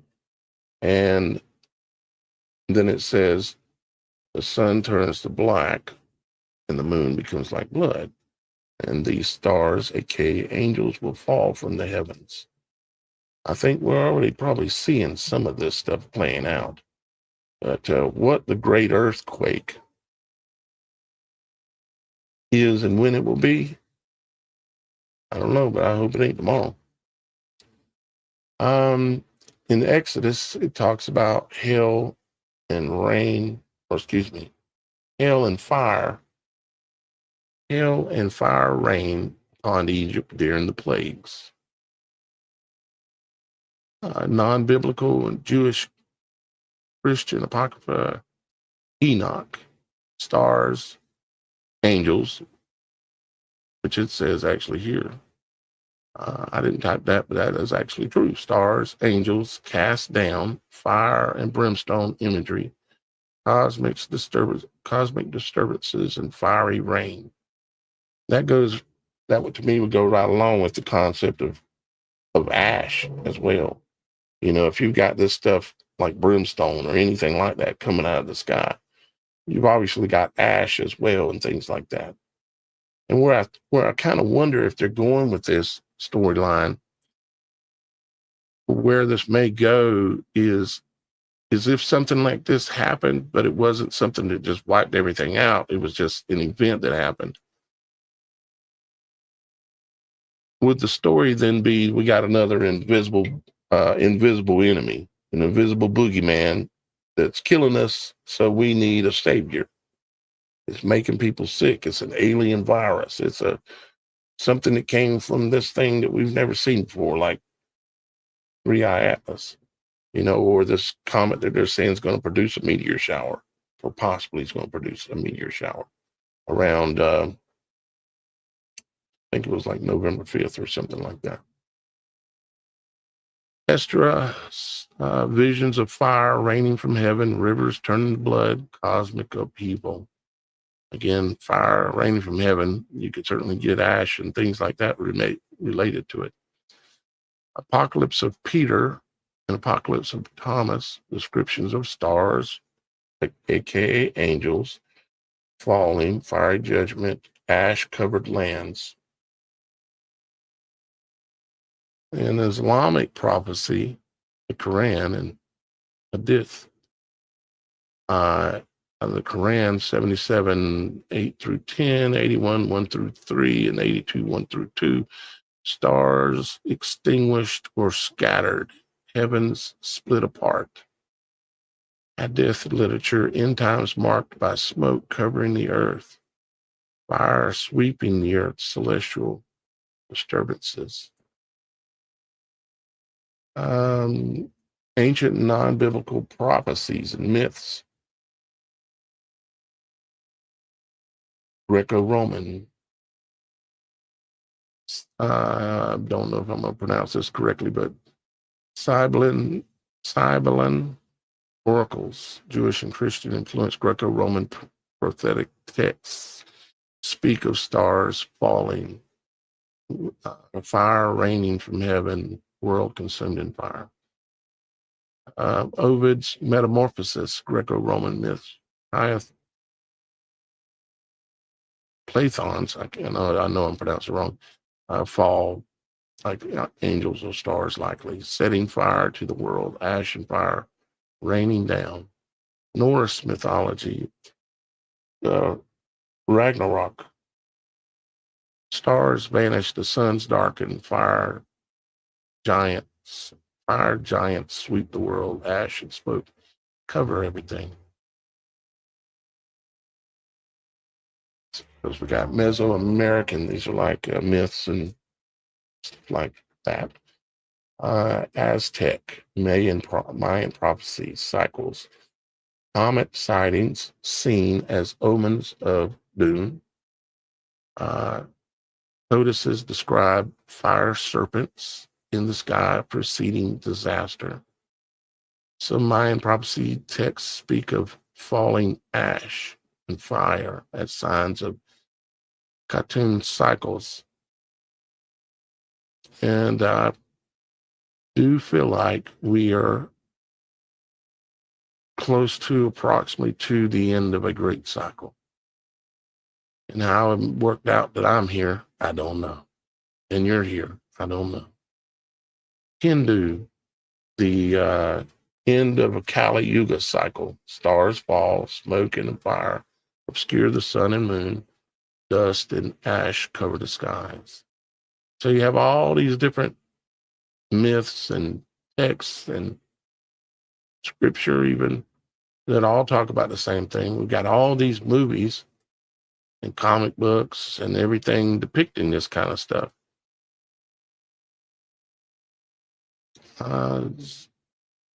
Zoroastrianism, Buddhism, a couple other things, descriptions of stars colliding, angels colliding, stars colliding, the world being purged by fire, ash, raining before renewal. And I do believe that scripture in the Bible says also that the world wouldn't be destroyed by water during this next cycle ending. It would be by fire. And that like 1/4 of the world would be destroyed. The Native American prophecies, like the Hopi Indians, talk about the blue star, the blue angel, Kachina, will appear heralding the purification, often interpreted as a comet or star sign. And we've done shows on a lot of this stuff. In case you're new here and don't know that, you can look back through all the live shows over the last 2.5 years. And of course, goes back 16 years for Lodge Before Authority, although all the videos aren't there because I've been terminated 4 times. The Road 2009, though ambiguous about the cause, that it's grayish, ash, darkened sun, and world without light, visually invoke Revelation 6. And I also ask it, because it wouldn't give me all the answers I wanted sometimes, and I ask it about films about Moses and Exodus. And I got a list back, like the 10 Commandments that had depicted Moses, and I'm trying to think of the actor that was in there, but I'm flipping my mind. But it depicted all the plagues that came upon Egypt during a period. The Prince of Egypt, 1998 DreamWorks animation, that was an animated version of it. Exodus, Gods and Kings from 2014. And it says a modern retelling of plagues depicted with dust, hail, blood, and atmospheric disturbances. And, you know, many of you guys, if you believe a lot of what the Bible shows and depicts, even though we all know that somehow supernaturally some things have changed, like Mandela effect kind of stuff. It certainly depicts things get very hairy at a few different points. But I would encourage you, even when those days come, is to not be in fear. And you probably want to spend more time in prayer, but not be in fear. And you can only die once to start with when it comes to your earthly body. And we're not supposed to be afraid of death of our earthly body anyways. We're supposed to be afraid of he or whatever could take our soul. Let's see, this says apocalyptic revelation themed films set in biblical framework. The Omega Code in 1999 and 2001, depicting fallen stars, fire, and all that kind of stuff. Left Behind series about fulfilling of revelations, stars falling, wormwood, fire, judgment. 1921 and 1962, the Four Horsemen of the Apocalypse. So these are all just additional depictions and movies that they've made about this period of time that it appears that we're in. Now, this is a list of books. I'm not going to read them all here. I'll just show them. From 1826, The Last Man. 1839, Edgar Allan Poe. The Earth Passes Through a Comet's Tail. Edgar Allan Poe. The Conversation of Eros and Charmian, I guess. 1839, Earth Passes Through a Comet's Tail. Atmospheric changes, people suffocate and die. H.G. Wells, maybe I will read all these. H.G. Wells, The War of the Worlds from 1898. This is a book. Of course, this was turned into a movie later. Martian Black Smoke. Clouds. That's the one they read on the radio and people actually thought it was happening. It was freaked out, yeah. Clouds settle like dust, ash, killing those who breathe it. H.G. Wells, 1914, The World Set Free. Fire and radioactive ash linger after atomic explosions.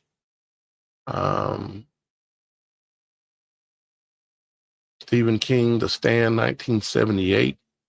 Superflu wipes out civilization, described with dust, ash, field imagery of the collapse. And he's been in the forefront a lot lately with some of his words he has spoken. Stephen King? Yep. He's got some severe backlash. I'm not exactly sure what it was he said, but he said something because I've seen several people tearing him down. Well, they're going to probably pretty rich. They can keep them got quite a bit of tearing to do, unless they physically tear him down, which I wouldn't encourage violence against even my enemy. And then these were some that were related to some of this same kind of topic, like World War Z with a zombie type rollout of things, and it had ash filled skies in it. The Rising from 2003, triggered by supernatural events, apocalyptic ash and dust described in the air. The Passage trilogy, a viral apocalypse described with ash and dust like post-collapse landscapes. I Am Legend from 1954, a vampire plague in a dust and ash ruined city. This might be interesting too. This is H.P. Lovecraft. The color out of space.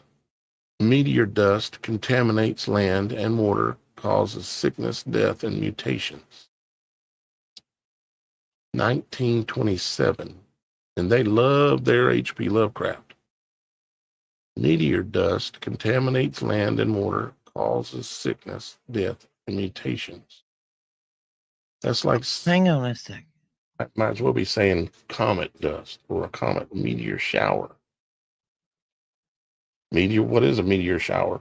It's meteor dust, according to their story and depictions, right? Hang on, there's something Lovecraft that's it's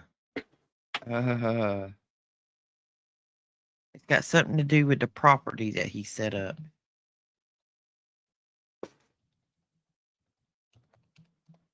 You know how things click in my brain and all of a sudden I take off?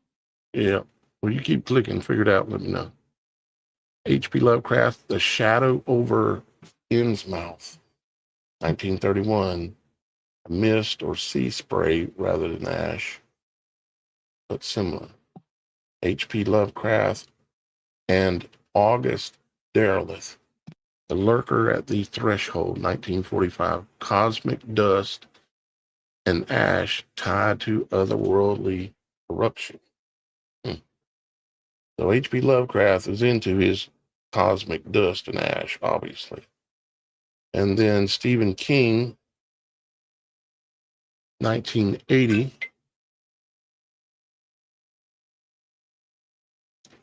Supernatural fog, not ash, but similar. Supernatural fog. Makes you wonder. I mean, because we've already seen this fog thing come around one time and people were tripping over it pretty good. And we've had all the parking lots full of cars and the lights in the parking lots and entire cities, literally, even video from airplanes of entire cities with all the lights flashing. All this weird stuff going on. It's easy to say we can discredit any and all of what we're talking about here. But I think we would be being foolish. George R.R. Martin, Song of Ice and Fire, A Long Night, describes snows, ash that blot out the sun, bringing famine and death. That's kind of like pale horse kind of imagery, that kind of thing. Yeah. So that is kind of, it's not a extensive list of all the stuff, obviously, but that should give you a good idea of that there is a lot of imagery of this kind of thing. And like in this video I was talking about here, it's very easy to see what we're talking about with the dust and everything falling in this. This is the animated short film called I Pet Goat. See the dust falling? It's throughout the whole series of the video. Matter of fact, let's go back to the beginning and I'll show you the smokestacks. Again, the ash falling looks like ash or snow or something like that. And right back there. There you go.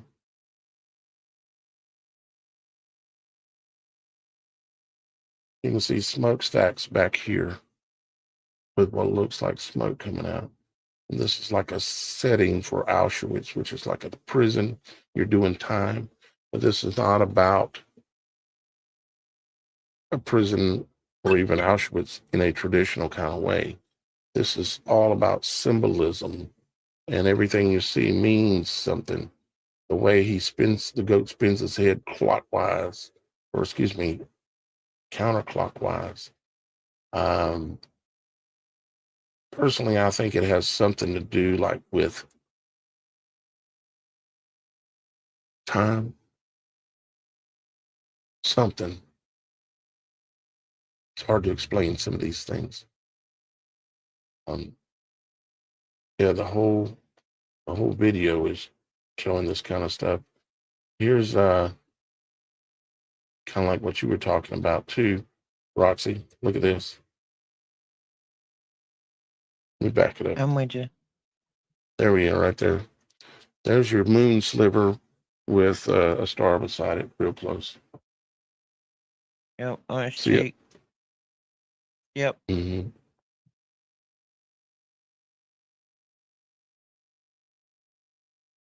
That's also the sign that is on the Islamic flag. And It if looks I'm like saying that incorrectly, teeth there, don't it? yeah, a little bit. Well, he is parasite. Barack Obama, I saw Satan fall from heaven like lightning. What was I going to say before you said vampire teeth? The flag in the Middle East, in Islamic cultures, they have this flag that has the crescent moon on it, and it has that little star on it. Matter of fact, it's on top of the giant clock in Mecca. You know what I'm talking about? And see, this just happens to be what's in the skies right now. Let me show you what I'm talking about. It's like a sickle and a star. Mm-hmm. Mecca.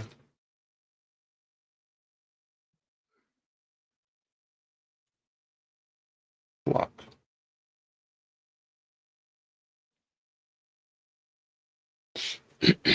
And let's go over here. Choose size and see if we can't get a large image.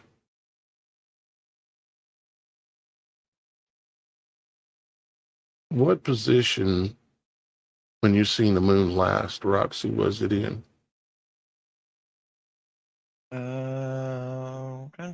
Do you remember? I think it was down.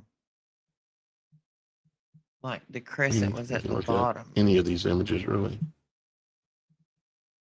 Was it sitting on its back? Not back. It wasn't sitting on its back, was it? I think so. Like that?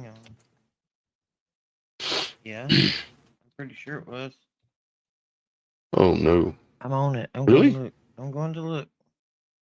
I don't know. I mean, the moon's out right now. Pictures. But you can't, like right now, unless you caught it a day or so ago, right before the sun was coming up or going down, you won't be able to see the moon. Like today, we can't see the moon because it's up there right by the sun. Tomorrow, we won't be able to see it because it's up there right by the sun, like we talked about earlier, and I showed everyone. But you have this symbolism, and you also have the flag imagery. Let's see if I can find it. And here's a kind of a somewhat appropriate image. It's kind of small, but still see it. It's showing you. I haven't taken giving any an pictures example of the moon recently. It's hard to catch it right now. It's a little quaint. Because of the timing. Let's look for a flag.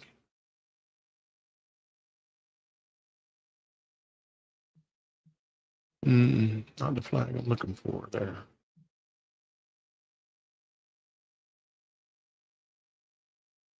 Okay, let's just change it says it today's moon phase is a waxing crescent with only 1% illumination. Right. Yeah, this is the new moon. Yeah, there we go. That's what I'm talking about. This flag, with the crescent moon and a star. Well, how close is Venus supposed to be to the moon tonight? Yeah, I guess I can look on some of the stuff I have pulled up here.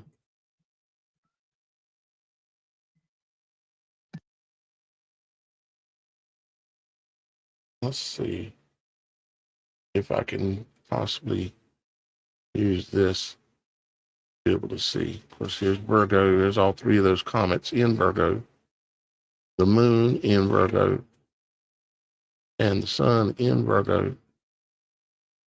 And Mars in Virgo. And this is This is now. This is like today. Let's see, can I adjust the time? I don't know if I can adjust the time on this one. It use a different type of map.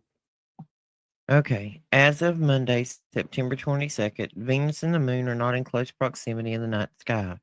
Venus is currently located in the eastern sky before sunrise, while the moon is waxing and is visible in the west shortly after sunset. However, earlier this month, on the morning of Friday, September 19th, the morning I sent you all the crazy pictures, a rare celestial event occurred when the crescent moon, Venus, and the brighter star Regulus aligned closely in the eastern sky just before sunrise. This triple conjunction was a stunning sight, with all three bodies within a half degree of each other, less than the width of your little finger held When at was arm's this? length. Venus shining very brightly. This was When was Friday this? morning. That's the pictures I was sending. Friday morning, Right, 19th. I'm pulling it up on the screen here. 19th. It's just before sunrise. Just before sunrise? Yeah.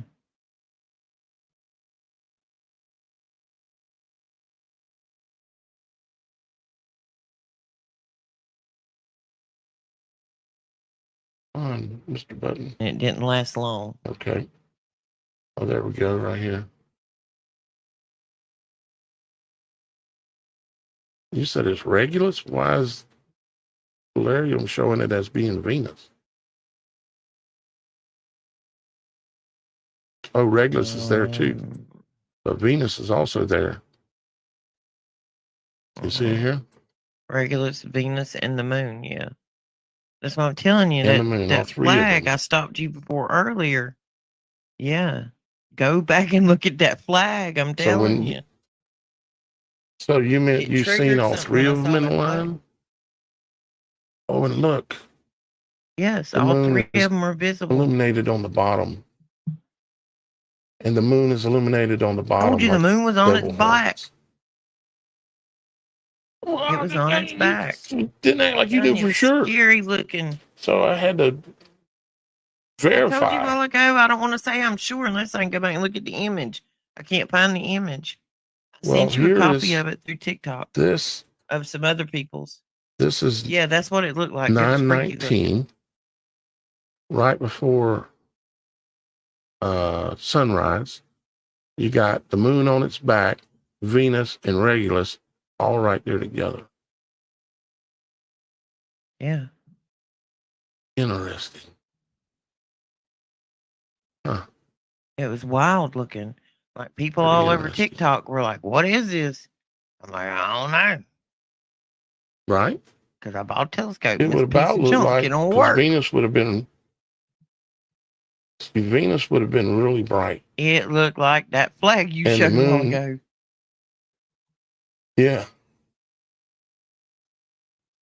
But remember how some people were saying, what am I seeing? Am I seeing two moons or what am I seeing? Venus would have been big and bright because there was Venus and no Regulus. moonlight. And all you had was just a little sliver of the moon. So let's see what the moon does if we move forward in One of dates them here a couple days. disappears. Well, the moon's probably going to completely disappear here as well. Let's see here. Let's find where the moon is at. Oh, it's down here at the bottom. Hey, Truth Co-op. So if let's move forward a little bit of time. So this is 20th. Let's go to the 21st.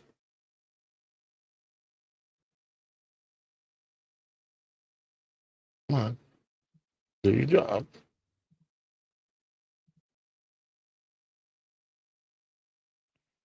I'm going to have to start yelling at you evidently when I send you things and I don't get a response. Because sometimes I don't be knowing if I'm making too much of something. I don't want to get overly excited. I didn't have the astrological knowledge to know what it was, and I was not at home by my PC, so didn't have anything but a cell phone. I have lost chat for some reason.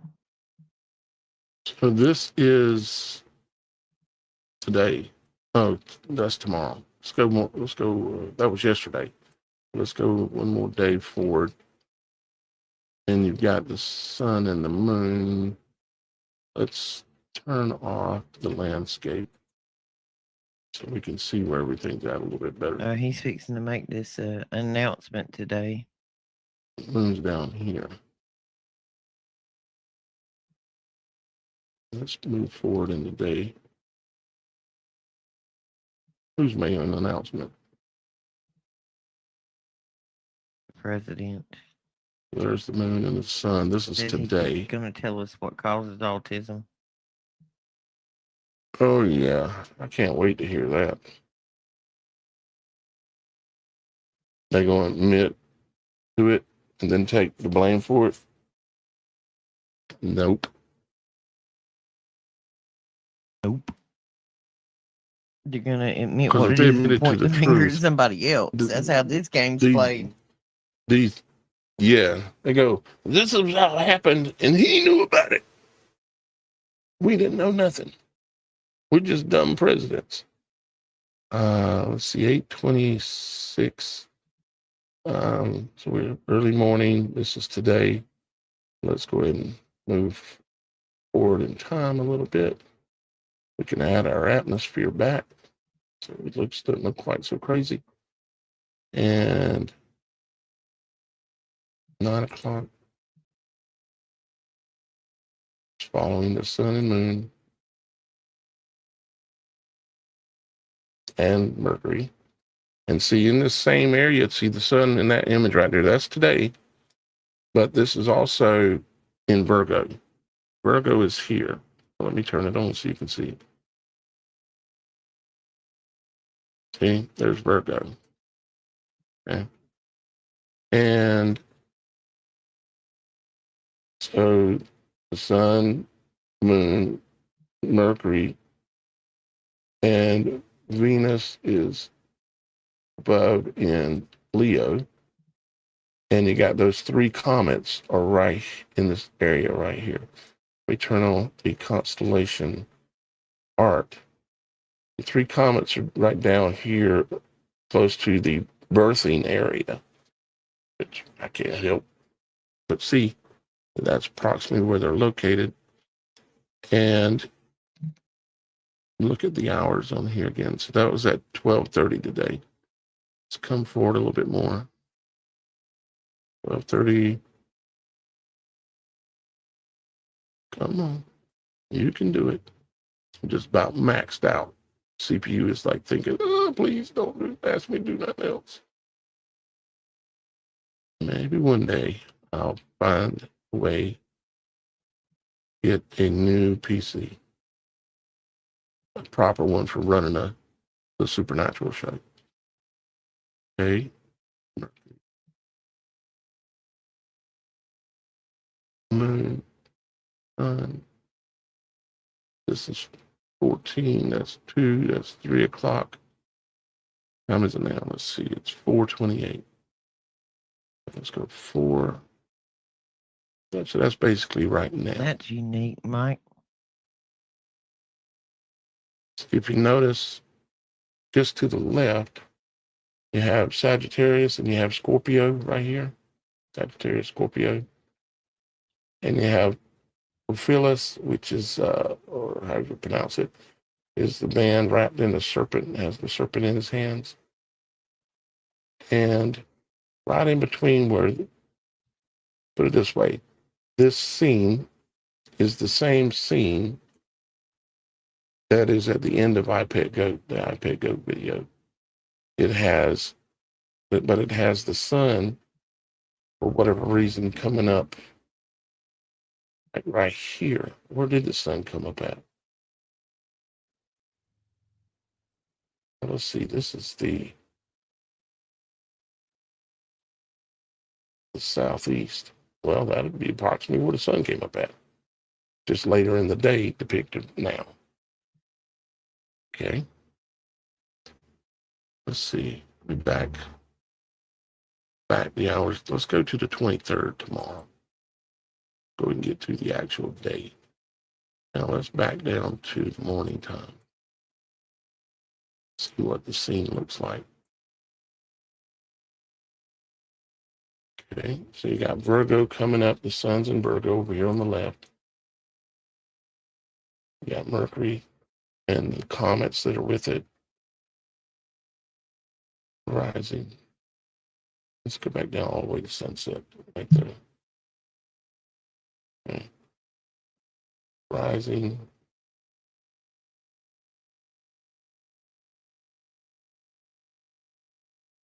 Nine 30, 10:30, 11:30, 12:30, 1:30,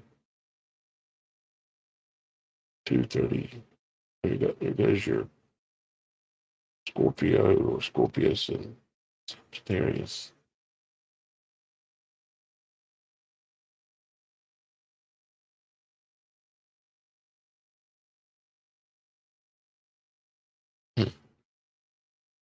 There's so much to try to figure out in your brain. It's obviously overwhelming. All of it has so many pieces. That's why we'll never know when it's coming. All you can do is be prepared. Right. Yep. No doubt about it. And being prepared doesn't necessarily exclusively mean, be like a prepper. Yeah, that is a component. You need to prepare for whatever ride that we have while we're here, because you want to take care of your family, but even more importantly, you want to be prepared so that you, like Roxy just said, you don't want your soul being left behind or cast down, whatever words you want to call it, you might say. But I think that we have for 2.5 hours. Officially. Wow. Okay. Well, we're about done. However, before we're done, I would like to go back and point out the website. Okay. If you're new here, which I know there's quite a few people here, if you're new here, the supernatural.show is our website. You can find information on all of us, the Supernatural team, our schedule of when we broadcast and who's broadcasting when and all that, because we are on air 7 days a week right now. 2 days are premieres and 5 days are lives. And we would love to have you come and become part of our team. And we will continue to build a website to help everyone involved. Remember, there is the Beyond the Veil where you can come to and watch us during the pre-show before we go live. We normally are in the Beyond the Veil area. And there now is chat in the Beyond the Veil area. And when you go into Beyond the Veil, and luckily I have the sound muted, so I'm not going to rip everything out. You can see that we're live in Beyond the Veil right now. And we also, as you can see, have live chat in Beyond the Veil right now functioning. And if you come down here, you'll notice something called Beyond the Veil Roundtable of Knowledge. And you can click on this and go to the full page if you want to. And it'll give you more information about it. An area where you can come and you can do research. This is a research room, basically, or conversation room, roundtable of knowledge. Okay. And you can come in here, join in by clicking on this image right here, or join room me, this right in here. There's a password of 555. You don't need any headphones or anything like that. And you can go hang out with anybody you want here. If you know somebody's in Japan and you want to hang out with them, you can do it in here. Okay. And like I say, you do not need headphones for this. And There's more information about it down here and all that. But you have to realize that when you're in here, that other members of the Supernatural Show website, and it's for members only, can come in and maybe join the conversation with you. They can also sit back and just listen to you and consider what you're saying, or they might join you. This is, it's kind of new, the concept of speaking about things and maybe others that you don't know joining you. But the only people that are going to be joining are people that are members of this website, okay? There's nobody going to be joining you that's a complete stranger. They're already joining you because you got things in common. And you're not going to be divided like trying to talk to somebody on the street, okay? And again, don't forget that we have the Angel Cruise still going on. Go check that out. We've got the tinfoil hat contest still going on. Go check that out. Matter of fact, just come and check out the website. Hey, we've had a couple asking about donations or buy me a coffee. There, down below the video, there are several different ways to donate. If you go down and look at the description, there's all kinds of different ways if you want to donate. Because, guys, we do not have sponsors. We refuse to sell out to people. If anybody approaches us and the first thing they want to do is talk about an NDA, we don't need to have a discussion. No. Because that means there's something to hide. So we don't have sponsors. This is us out of our pocket doing the best we can to bring you the absolute truth that we can find. Closest we can possibly do is to bring the truth. We got contacted by Pepsi and Red Bull recently, and we turned them down because they got NDAs and they got things they want you to do that I'm not willing to do. I'm not willing to promote a product that ain't good for you. I'm not perfect in my life. I might even have a Coke or something other, which is very, very rare. Can't remember the last time I had one, but I might. I'm not perfect, but I'm not going to stand here and promote something knowingly that I know ain't good for people. And everybody here agrees we're not going to sell out. No, I will do without before I let somebody like that pull my string. It's just not happening. And if you go on the website too, you can look below the videos for the links that are to like PayPal, Cash App, all that, Venmo. You also have a really cool merch store. Huh? And we have a really cool merch store on there. Well, we're working on it. But Zelle, Cash App, Venmo, all that. And there's also an address on here where you can just put a letter in the mail if you want to. Okay? Or even just a letter. It don't have to be a donation. If you want to write me. I promise you I will read it, every word.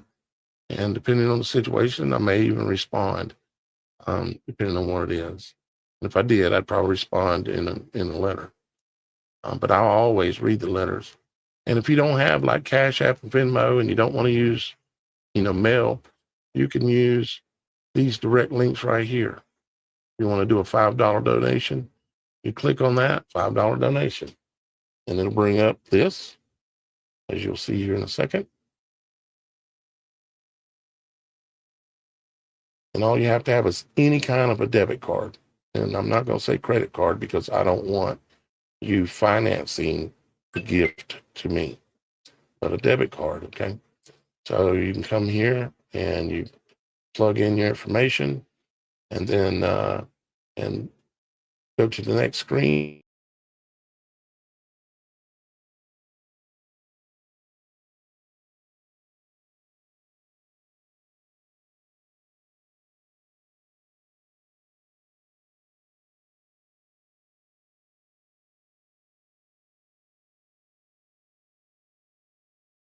What's going on, y'all? Welcome back to JT's Mixtape. This is episode number 48. And if you guys are enjoying these podcasts, please give me a 5-star review on either Apple or Spotify. And if you're watching on YouTube, please hit the subscribe button. Thank you.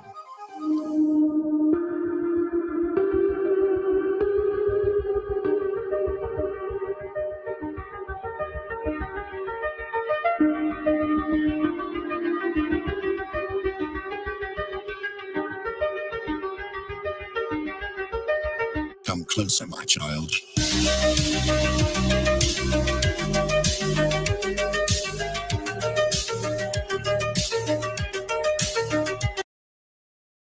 let's just say we're all human. We're all fallible. And it just was not the night for recording a fun mixtape. And I think a lot of it has to do with the Charlie Kirk stuff, which I think everybody's kind of been, we've got Charlie Kirk fatigue. Let's just say that. And so I've got some fantastic news for you today. If you one of those people, then we are going to have a Charlie Kirk free zone today. And I think we've said all we need to about it for now. And, you know, if something arises and we have something we have to talk about, eventually we will. But in the meantime, JT's mixtape is always, at least from my perspective, at least the guy who behind the show, I thought I want JT's mixtape to be a little more fun and a little more light.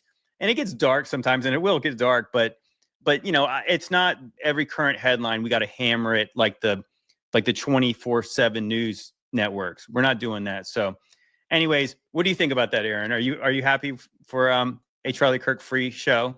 Please, yes, and thank you. And so what was interesting was yesterday was my birthday, and I turned 47. Last week, I guess it was our 47th episode, and somebody mentioned, hey, it's weird, you know, Charlie Kirk's throwing the 47 hats, and that was our 47th episode.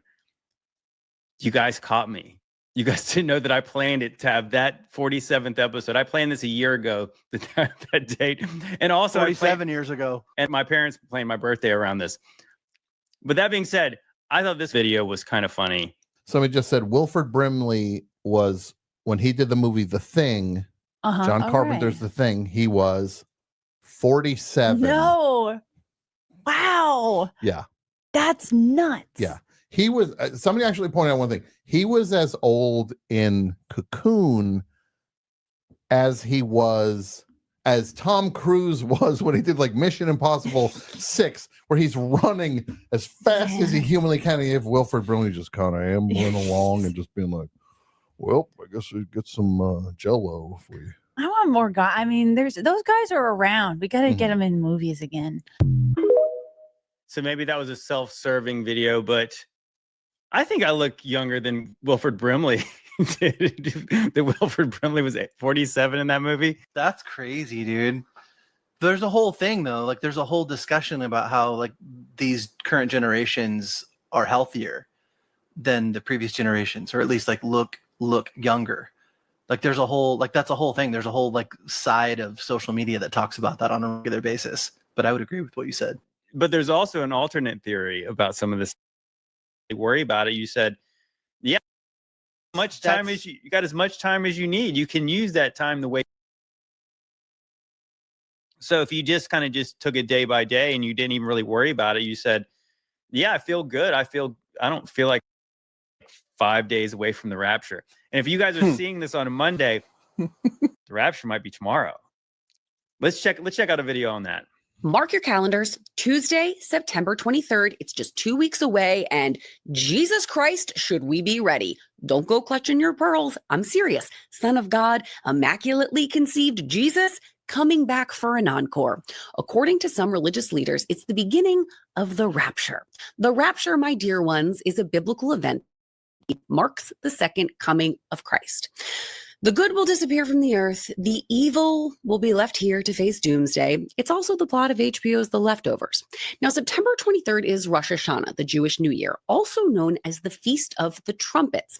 Now, there's a prophecy floating around out there that says Jesus will return, quote, with the voice of the archangel and with the trumpet call of God. And some Christians believe it coincides with the second coming. The current year in the Jewish calendar is 5786. So there have been more than a handful of Feasts of the Trumpet. So why this one? YouTube. A South African pastor posted a viral video saying that Jesus appeared to him in a divine vision recently and said he's RSVPing yes to this year's celebration. So 2 weeks till doomsday. And I have one question. Will there be spritzes? I'd really like to go out with a spritz in my hand. It's happening or it's not happening. That's interesting just to think about this. The first thing that caught my mind was when she was mentioning, so the Jewish New Year was on Rosh Hashanah. And so that's the September 23rd this year. And I started to think about it. So they were counting years, but isn't it really interesting if you read your Bible, there's at no point did they ever count the dates. You know what I'm saying? Like they count the months and stuff like that, and when they celebrate the feast. But at no point did they say it's the year blah blah blah at any point in the Bible ever. Isn't that a little bit weird? Yeah, because aren't we allegedly missing a month? Isn't that a theory based on some the old people calendar? believe that there was a 28-day cycle that would be 13 moons. But the Bible doesn't. You know, people say that that's originally how it was supposed to be, but there's 12 months in kind of the original Jewish calendar. But what they had was something that was called instead of like a leap year, they kind of had like a week or like sometimes over a week, but you might even call that a month. But see, I think the original clock that God put up in the sky was both solar and lunar. Some people just do the sun, and then some people just do the moon.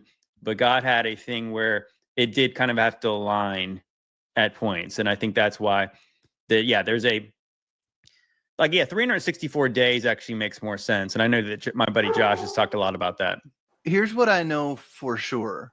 And that's that September 23rd, that date specifically, that has been in so many movies, so many TV shows, so much Hollywood propaganda. And anytime that narrative and that date is pushed by that sect, all I can think of is dark arts. All I can think of is witchcraft. That's all I can think of. Like they're pushing that, they're premeditating something, they're trying to get that into everyone's psyche. Like, I don't doubt that eventually there will be something that pops off on a September 23rd. I don't doubt that at all. But it's not going to be Jesus coming back for us. No, it might be like I talked about on one of your other podcasts, the UFOs going and gathering everybody whose faith is in the pre-tribulation rapture and not in Jesus Christ himself. I was going to play this video in a second, but since you prompted me to play this, because I do have a video about that, all the revelation of the method with that date.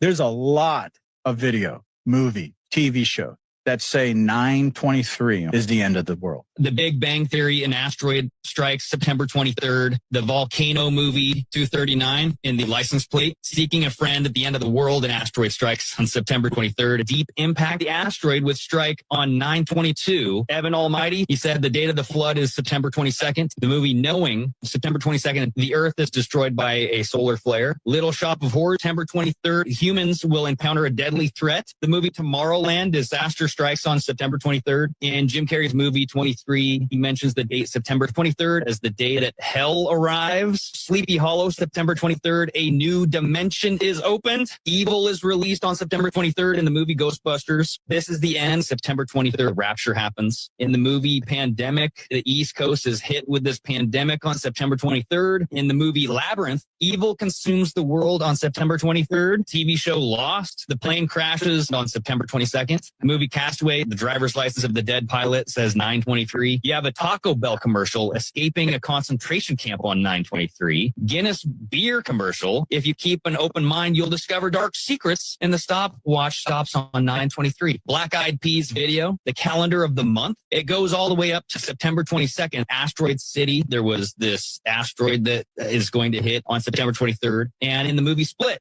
9/23. That's a lot of stuff. That's a lot. That's a lot. I mean, some of it was 9/22, but I almost wonder, is this based on Rosh Hashanah? Because I guess that Rosh Hashanah is 9/23 this year, but you could imagine their calendar is not perfectly aligned with ours. So it wouldn't be 9/23 every year. It could be a couple of days different, right? Like it would line up because they had a solar lunar calendar that would have been probably different than ours. So it would not align. So maybe it is like it's either 9/22 or 9/23. All I know is that our Father, our Heavenly Father, is a man of his word. And when he tells us that no one knows the day or the hour, not even Jesus knows the day or the hour, it's just so funny to me because I've even seen people on TikTok being like, oh, you're taking that out of context. You're not understanding what he's saying there. And I'm like, wait, what? Perfectly in How context. can you take that any other way? That's so clear. It's so clear. Like, I almost feel like even if the masses did guess it right, God would be like, boop, we're pushing it back. I'm changing the date just so that nobody actually knows. I don't get it, man. I don't get it. I don't get why people aren't just focusing on loving people, right? Like, if they were spending as much time loving people as they were spending on getting everyone hyped up for that, then they would be prepared for whatever happens, right? They'd either be loving people right up until the last moment, or they would be loving people when they realize it's not going to happen like that and we're still here. And either way, that's what they should be focusing on. That's what they should be focused on. That's all they should be focused on. It's all, but yeah, dude, like, as you saw right there, that's way too many coincidences, as they say, to be anything other than straight up. That's witchcraft, dude. Yeah. That's witchcraft. Yeah, that's what not that is. That's not God's timing when it's Hollywood pushing this certain date. Yeah, it's likely that, I mean, I hate to say it, but I mean, like, I could see like a horrible thing happening on 9/23. I could see that too. Not a great thing for the church, because most of it's disaster happening on that day. And it's interesting, the only movie that was predicting a rapture was that This Is the End. And if you guys have seen that movie, I mean, I'm sorry that you had to sit through that as a Christian. And if you haven't seen it, do not watch that movie, because that movie is completely satanic, sacrilegious. So that movie is not predicting the date of the rapture. Every other movie or thing in there was like some kind of thing falling from the heavens and destroying the world. Even, it's interesting with that Evan Almighty, they were saying that it started to rain on 9/22. So that's kind of interesting. Yeah, that it mentions that, so obviously the story of the flood, I mean, that's when what you would call tribulation came, or maybe God's wrath came on that day, because there was likely Noah faced tribulation leading up to getting in the ark. But then during that time, it was like, yeah, he was spared from God's wrath of the flood. I don't know. It breaks my heart for the people that are just so determined, man. They're so like, they need deliverance is what they need. They need deliverance from these lies that they've fallen into, because everything that they do in their life is based on these lies, right? It's like we come into agreement with a lie down here. It's kind of like childhood trauma. You come into agreement with a lie during a weak moment, right? So for a lot of believers, it's like they're not prepared to deal with what may happen if we're here for the tribulation. They're not prepared for that mentally. They haven't done the work in their heart to prepare themselves for death. They're not ready for death. They don't want to die. They're terrified of it. And so those people that are terrified of it, I would argue, don't truly know Jesus the way he intended for us to know him. And so those are the people that are relying on the rapture more than anybody else. So they came into the agreement with this thing at one point in time, and they're so dead set on it being real that everything they do is predicated on it. Everything they do. Like, their doctrine literally is the rapture. It's not even Jesus. They would say they love Jesus and they're following Jesus, but it's like, I don't know, man. That's some dangerous territory if you don't have it sorted correctly. Absolutely. Yeah, that's what I said. I remember when I first woke up, I thought, it's really important to know what God's promised you so you can cling to that. But it's very important to also know what he has not promised us and not cling to things that he has not promised us. Yeah, Jesus specifically told them in this world they'd have tribulation. So then people would say, oh, he didn't mean the great tribulation. He didn't mean, like, in all caps, the great tribulation. He just meant, you might just get fed to lions, or you might have to light the streets and be a Roman candle. Oh, he wasn't talking about the great tribulation. That's later. That's for the people who are, the people who have to suffer after all the Christians are gone. I mean, and tribulation is such a specific word too, right? Right. Like, right. you could have used any other word. Yeah. In this world, you have tribulation, but be of good cheer because I've overcome the world. And yeah, what you said about that no one will know the day or the hour. So of course, in the whole context of this, Jesus is actually saying that this will happen in your generation. but nobody knows the specific day. And I think that's always about that it's God's timing. And I think that it's like what Peter was saying, and when he talks about a day being 1,000 years and 1,000 years being a day. But the context of that is that the God is long suffering and he's patient. He's not slow to fulfill his promises. He's patient, wishing that no one would perish, but everyone would come to repentance. And of course, in that context, it only makes sense that it's that generation too, because if those people didn't repent before they died, they would go to the same place anyways. So what's the difference? You know what I'm saying? Like that. So in that context, it is still about that generation that will see all those things. And of course, the day or the hour comment is kind of backed right up with, again, the analogy of the flood. It'll be just like in the days of Noah. People will be drinking, marrying, given into marriage, and then all of a sudden the flood came and they were swept away. So it's kind of like the people are going to be unaware. They're not going to be prepped by Hollywood movies to know what day it'll be. It's like people are going to be completely unaware. It's kind of like what Paul says about peace and safety. And then right when people are saying peace and safety, that's when the tribulation comes. And we got Brian here. Brian, what's going on, brother? Sorry we had to start without you since you were vindicating us. It's all good. It's all good. Vindication was needed. Oh, look at that good shirt. Well, anyways, we got Brian joining us. And Brian, we were just getting into the Rapture talk. And right as you get here, you get to watch our last video about this. So the reason many people are talking about this, even though everybody's been talking about a rapture in September, pretty much since I've been on social media, making videos, every September, there's been people saying it's going to be the rapture. But this guy specifically, this guy from this pastor, this self-proclaimed prophet from Africa, you guys will find this pretty interesting. Check this out. And I'll tell you this, no human being on this earth is ready for what is coming. Human beings are not built to handle the wrath of God. So beyond the rapture that will happen in 14 days on the 23rd of this month, that storm is brewing and is ready to take over the world. So with those words said, to the people who are opposing my message, who look at me and think I am just one more, and even pull up scriptures, to oppose what I'm saying, this is what I have to say to you. On that day of the 23rd, who is God going to back up? You or me? Whose words are going to fall to the ground? Mine or yours? I'll say this again. The date of the 23rd, which is going to be the rapture of the church, this date is irrefutable. It's final. It is final. It is... What day of the week is it? I haven't even checked. I think it's Tuesday.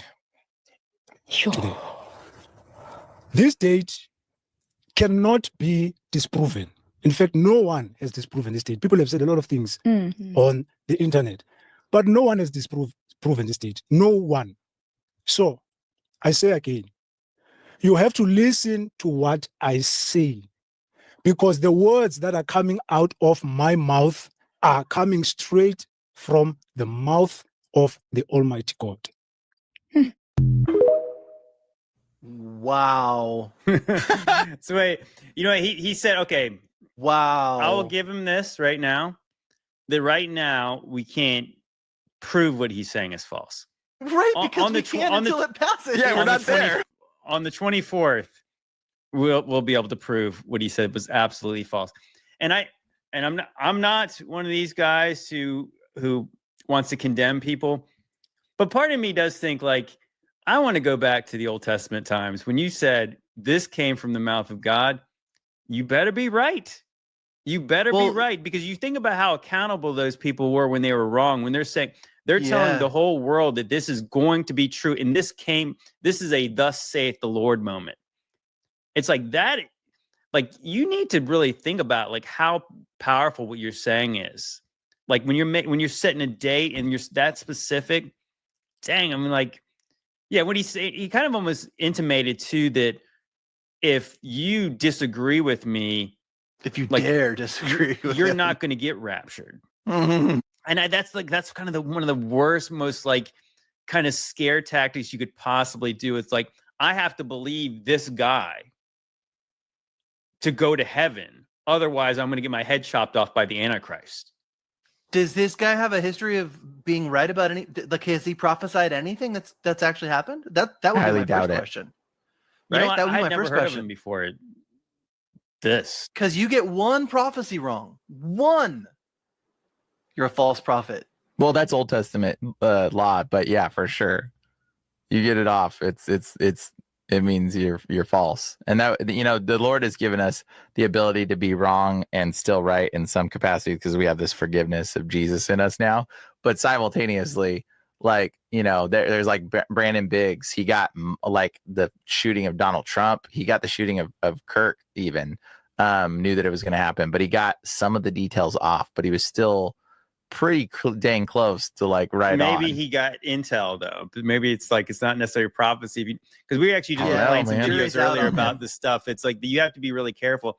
I guess the main point is that even the way he was kind of saying some people are using scripture to say I'm wrong. Yeah, that's what we do. Like, that's how we know that you're a prophet or not. Because typically not typically, because what it was to be one of God's prophets is that one, you understood the covenant you were under and you reinforced all the other prophets and what they said. That's the thing. It's like kind of like when you actually read the books of the prophets and you read them kind of in order, not every prophet did miracles. Some did, not all of them did. And a lot of them, they're really just prophesying the same things Moses prophesied. It's like you guys are transgressing God's covenant and therefore judgment's coming. And it didn't always come immediately because interesting, again, how God's merciful, and that's why I said it's like that he's not slow to fulfill his promises. He's patient. He's slow to anger. When people would repent, there would be a stay on the judgment that was coming. So it wasn't necessarily that you could predict the day because just think about it like the way that God would see it is that what if there was mass revival right now? Would God judge the whole earth if people repented? Do you know? Like, do we serve the same God? Because I mean, there's many biblical examples of when people repented, and I think that's specifically again like why Jesus is saying no one knows the day or the hour, because it's God's timing. God knows when people's hearts are ready, and God has His own kind of way of tracking time, as we were talking about earlier. Well, and to repent means to turn 180 degrees away from your sin. Right. It means to change, to change the issue. So if you make a false prophecy that you claim you got from God, to repent would be to no longer call yourself a prophet. And so I would push back on what you said, Brian, a little bit. And I understand what the Old Testament law is, but if I'm claiming God gave me something and I end up being wrong, I am by definition a false prophet. Sure. If you're saying something like that, but I think there's a margin of error within your wrong space, because the way and things. Also, if you don't claim to be a prophet. True. Right? True. Well, maybe you not. could, you could say. I think there's another thing where you say you might prophesy over somebody and saying like the Holy Spirit's telling me that you're meant for great things, but I think when you say this is happening this day, this is happening. Yeah, that's like a little all bit these certain details, and then you roll say, your tongue. and then you say, you gotta roll the tongue when you do it. Well, you have you have to speak in King James English. Yeah. And you have to use all the. You have to say, ye's "Thus and saith." You have to say, "Thus saith." You have to do that. But when you get very specific about it, like this, again, like with the date setting thing. Oh, it's so cringe. I mean, even Noah didn't prophesy the date of the flood. I mean, like, who really prophesied any of these dates, like to this specificity? I think the only one that's probably the most specific prophecy I want to say in the Bible was probably Daniel, because Daniel lays out this length of time and he's actually telling you based on these 70 weeks of this prophecy. Now that is friggin' unbelievable. And we actually talked a little bit about that in the Ancient Roots of Life podcast about how that all these specific prophecies that went right into the Greek Empire and the kings doing all this kind of stuff. I'm sorry, this guy's not Daniel. he's just not Daniel. I mean, you think about all the things that Daniel did before he even had those prophecies about interpreting the dreams. He interpreted a dream that he was not even told what the dream was. First, he knew what the dream was, and then he told him what it meant. He obviously interpreted another dream. Right. Then he survived the lion's den. Daniel was, out of all the men in the Bible, if you had a Mount Rushmore of the patriarchs in the Bible, Daniel would be on that Mount Rushmore. This guy trying to say that, will his words fall on the ground or will ours? Yeah. It will be yours, and you'll be embarrassed. And I hope that this guy will humble himself on September 24th. And also, let me ask you a practical question. There's many different time zones. So which time zone is the rapture coming to? Yeah, it's going to be Mountain Standard Time. Right. Is it? Well, it's Eastern Standard Time, of course, right? Of course. I don't know about you, Brian, but my spirit was disturbed watching that guy. Yeah. There was no love in his delivery. Yeah. Whatsoever. Felt the same way. Yeah, he lacked humility. Yeah. Okay. So I gotta say, like, there is one more video about why it's coming in September. I don't know if you guys have seen it, but there's another video, and this guy talks about these special dates and these numbers, and he's like going to all this numerology, and he's like, Jacob's trouble was 84 years. He waited for Rebecca, and he's like, at September, this date, it will be exactly 84 years that Israel's been a nation. And he's like, now it's 84 years. Yeah, well, since there became a nation again. And so there's like all these details. And then he even goes as far as to say, on September 24th, there will be a peace treaty that will be signed on this date. And I looked it up, and it was like, even ChatGPT was like, there's no peace treaty being signed on this date. And I was like, oh my gosh. Like, and I'm like, dude, not only that, but Israel signed at least 10 peace treaties that I can think of, that every single one of them violated all of them. Yeah, they violated, broke every single one. It's like, dude, they signed a peace treaty every week. Too. Yeah. They sign a peace treaty every week, and it can be nothing to them because it means absolutely nothing. And it's so comical that all these people, dude, it's just, they're all falling for this stuff, and it's so ridiculous. I haven't looked at Kate Podgy. Kate Podgy blocked me. I can imagine she's probably oh my gosh, right now. Yeah, she's tripping out. No, it's funny because like that Ashley Hayes, and we played her video last week, and I didn't want to beat up on her. I don't want to act like we're picking on somebody, but she like posted a video, and my buddy stitched it, postmodern, stitched it on Instagram about saying how she's just so checked out of this place, and she's not doing anything, and she's not concerned about anything. And yeah, like that kind of attitude is not godly. That is not godly at all. It's just not godly. It's like, you think about it, like, so Jesus, they're like going to demonically channel all these people like that. Well, that's what they're going to do. Well, you have this, like, Jesus gives these parables about the master going on a trip, and he comes back, right? Of course, it's interesting the way he gives these parables to his apostles, and you can imagine what they would have learned from the parables is that he's leaving and he's coming back to the same servants he left. And so who's going to be doing the master's work when he returns? So it's not the one who's sitting on their hands waiting for the rapture to happen. It's the one when he comes back, who's actually spreading the gospel, who's loving, who's taking care of the poor, who's doing all the work of the kingdom. It's not who's predicting the day he comes back. It's the one who's working. The one who's laboring. The harvest is plentiful, but the laborers are few. So who's adding to the laborers? Who's actually going and doing the work? So that's the whole point. And if you think about it practically too, like when he comes back, do you want to be on your couch like eating ice cream? Yeah. Or do you want to be like out there, like literally like giving someone the shirt off your back, loving people the way that we're supposed to love people? Like if we're actively loving people the way Jesus loves us, none of it matters. It doesn't matter when, if, how, like whatever the case is. Like that's all there is to it. And like I would even argue that if you know for sure he's coming back on the 23rd, if you know that for sure and that's true, you better be doing something. Going hard after Jesus, dude. 100%. Right? You better give away all your money. You better Yes, dude. Yes, right. Sleep. I think that's the point. Is like some people need to put their money where their mouth is, right? If it's this day, like then why don't you just give everything away? There's a reel right there. There's a reel right there. Challenge everybody. Yeah, give away all your money right now, because you know the rapture's coming. You best be giving My it away and PayPal walking address in is total at the bottom unity. of- I want to see that reel. Yeah, If you wanna because tithe to obviously my ministry. we're mocking the idea that's happening on the 23rd. So therefore, like, you know that we're definitely not getting raptured because we're wrong about the date, right? So we can't be going. So yeah, why don't you just like, we'll try to tell people not to take the mark during the tribulation. You know, I want to go back to something you said though, Brian, about how these people, what they do is I'm gonna make that video. their interpretation of Daniel's 70 weeks is so jacked up. So you go into Daniel chapter 9 when it says, and he will confirm the covenant with many for 1 week. In the midst of this week, he shall cause the sacrifice and oblation to cease.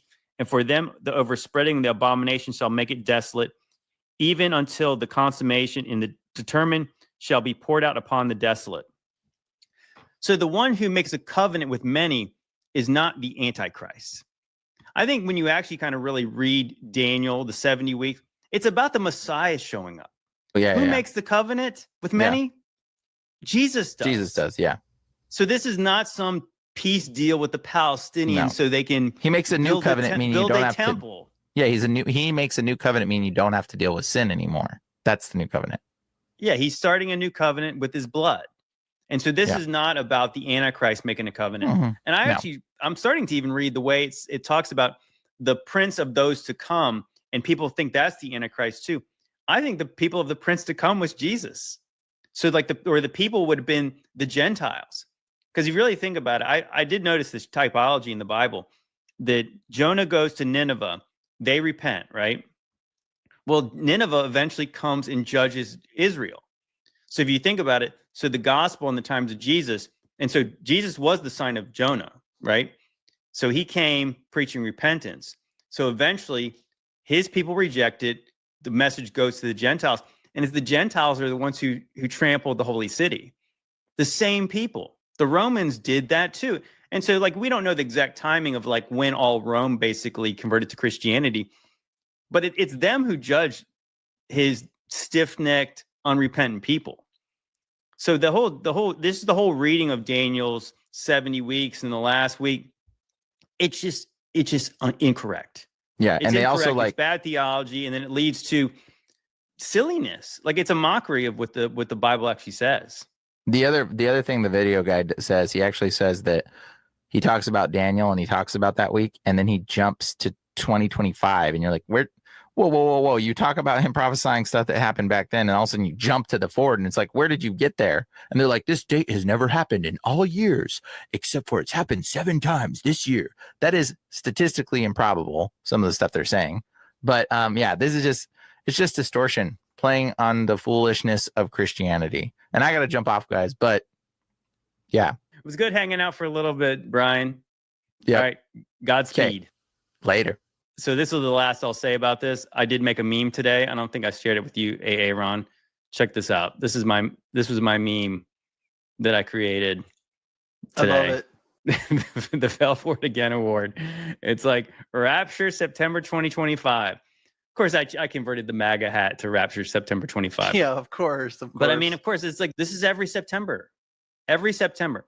So that's the thing. It's even that woman was right to say there's been a lot of Rosh Hashanahs. So why is it this one? Because some guy says it is? Oh, man. Whatever. Again, I guess we'll see. You know, it's aggravating. The good news is, regardless, you guys will be seeing this on YouTube on a Monday, and this might be one of the last podcasts you ever watch. So now, if I'm wrong, I'll say I'm wrong at the wedding feast. If I'm welcomed in. If I'm welcomed in. That's right. All right. So ridiculous. It's like, I hope we're wrong. Absolutely. I would never. I've always said that. I've maintained that position. I would never be happier to be wrong about something in my whole life. Yeah, man. I would to be love wrong to be wrong about this. And the church be taken up and us going home. I would love it. All right. Now let's switch gears. I'm going to play one of your videos. Love Mario so much, I gotta play this game. There it is. Here we go. Here we go, guys. Come on. Oh, the power up. Let's go. Come on. Ugh.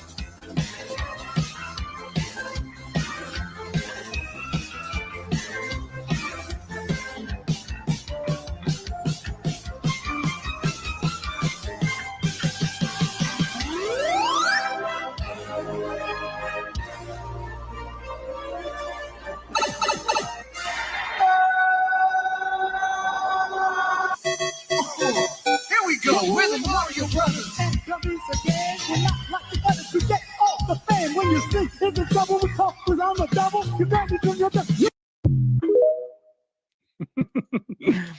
Gee, I wonder why Christians are so uninformed.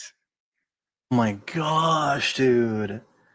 All of your hard-earned tithe money spent on something like that, man. Like that is the reason why people don't want to be saved. That is the reason why people, one of many, but that is like one of the main reasons why people don't like church, don't want to go to church when you invite them, and want nothing to do with Christianity. That right there. Like, what a total mockery. That's embarrassing. You know, that's the funny thing is, like, Brian and I did a podcast on his channel a while back, and we're talking about how all these people are leaving the Protestant churches and they're heading toward Catholicism. Like, there's this massive revival in the Catholic Church, in the Protestant because people want structure. I think that's the thing. It's like, of course I said I'm not a Catholic and I don't believe the way that church is set up currently is biblically correct. But that being said, the Orthodox Church does seem more appealing when if I had to choose. And of course I said I can't help but think in the research we do and we look into the old world stuff and these immaculate cathedrals, and I think about, there's something about those places that are really so cool and yeah, it's like that. I am not religious, and I know those churches seem very religious, very structured. And I guess if I had to choose between one of the two, I would choose the more religious one, because there's something where I want a serious church structure. I want people who are accountable to the leadership, and I would take tradition over that crap right there. That is embarrassing.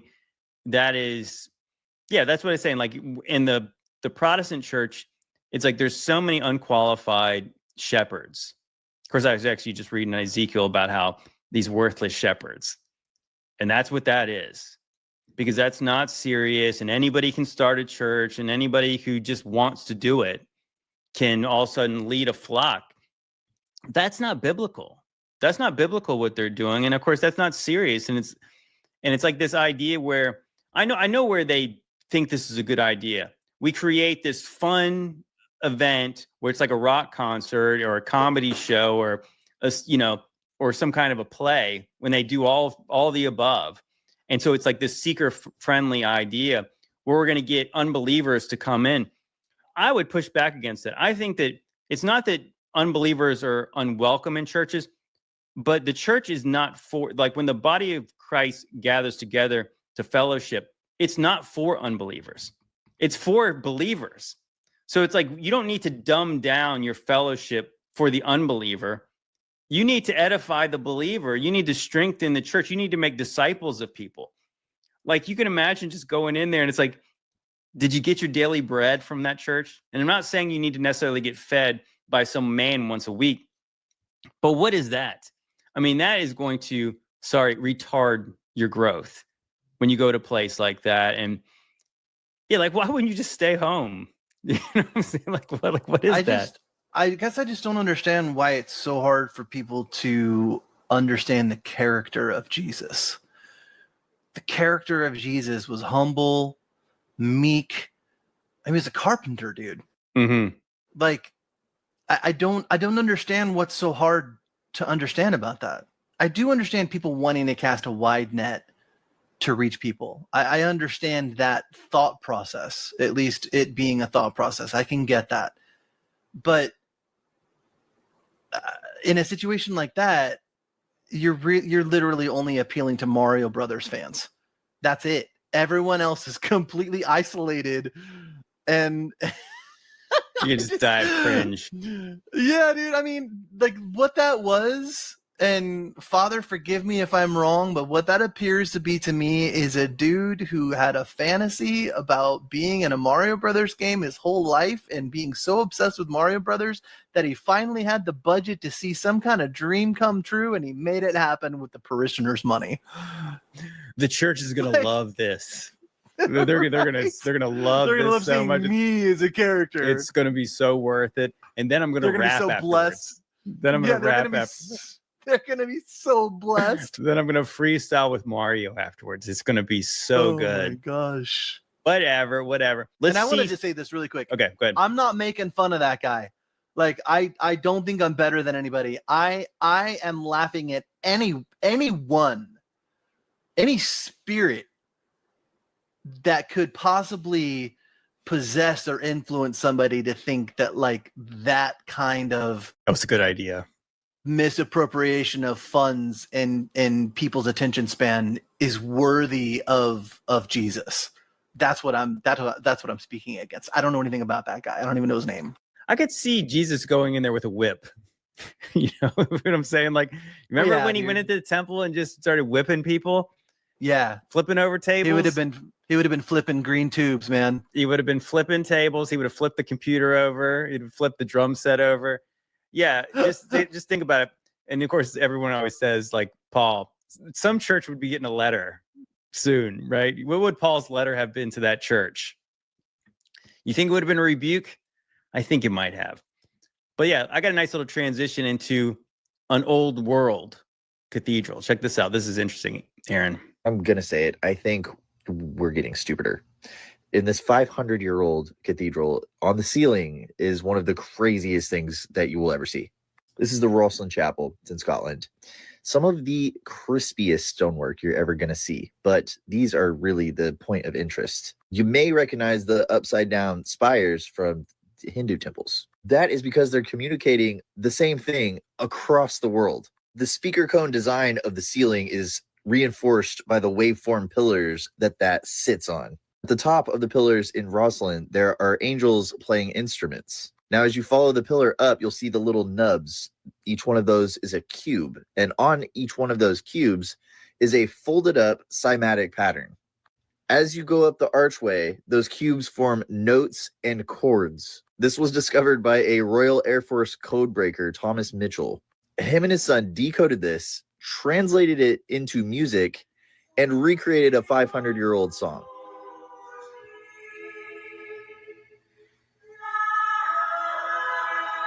We really don't see attention to detail like this any longer. That's because when the church was bankrolling these things, the alchemists and masons built them. But since very few people were educated, they spoke a language of sacred geometry. This way they could communicate in secret and use the building itself as the repository of their knowledge. We're still decoding these things. We don't know the meaning of all the carvings. It's an interpretive view. Exactly. Yeah. Of course, we're looking at it from today. Roslin was actually an inspiration for the Da Vinci Code and was used in the book and movie. Once you start learning about the techniques they used in the building too, it will blow your mind. They're genius. Just saying, we should. How about that, Aaron? What do you think about that? The idea that they decoded some of the architecture and it created a song.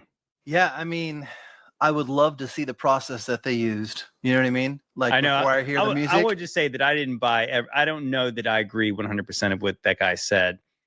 But I would agree with that. I would agree with that in general, based on the content that guy makes. I've seen it before. He was kind of coming up before my first account got banned, and he shares a lot of stuff about cymatics and vibrations and frequency, and a lot of the stuff is correct. A lot of it is not correct. A lot of it is theory, and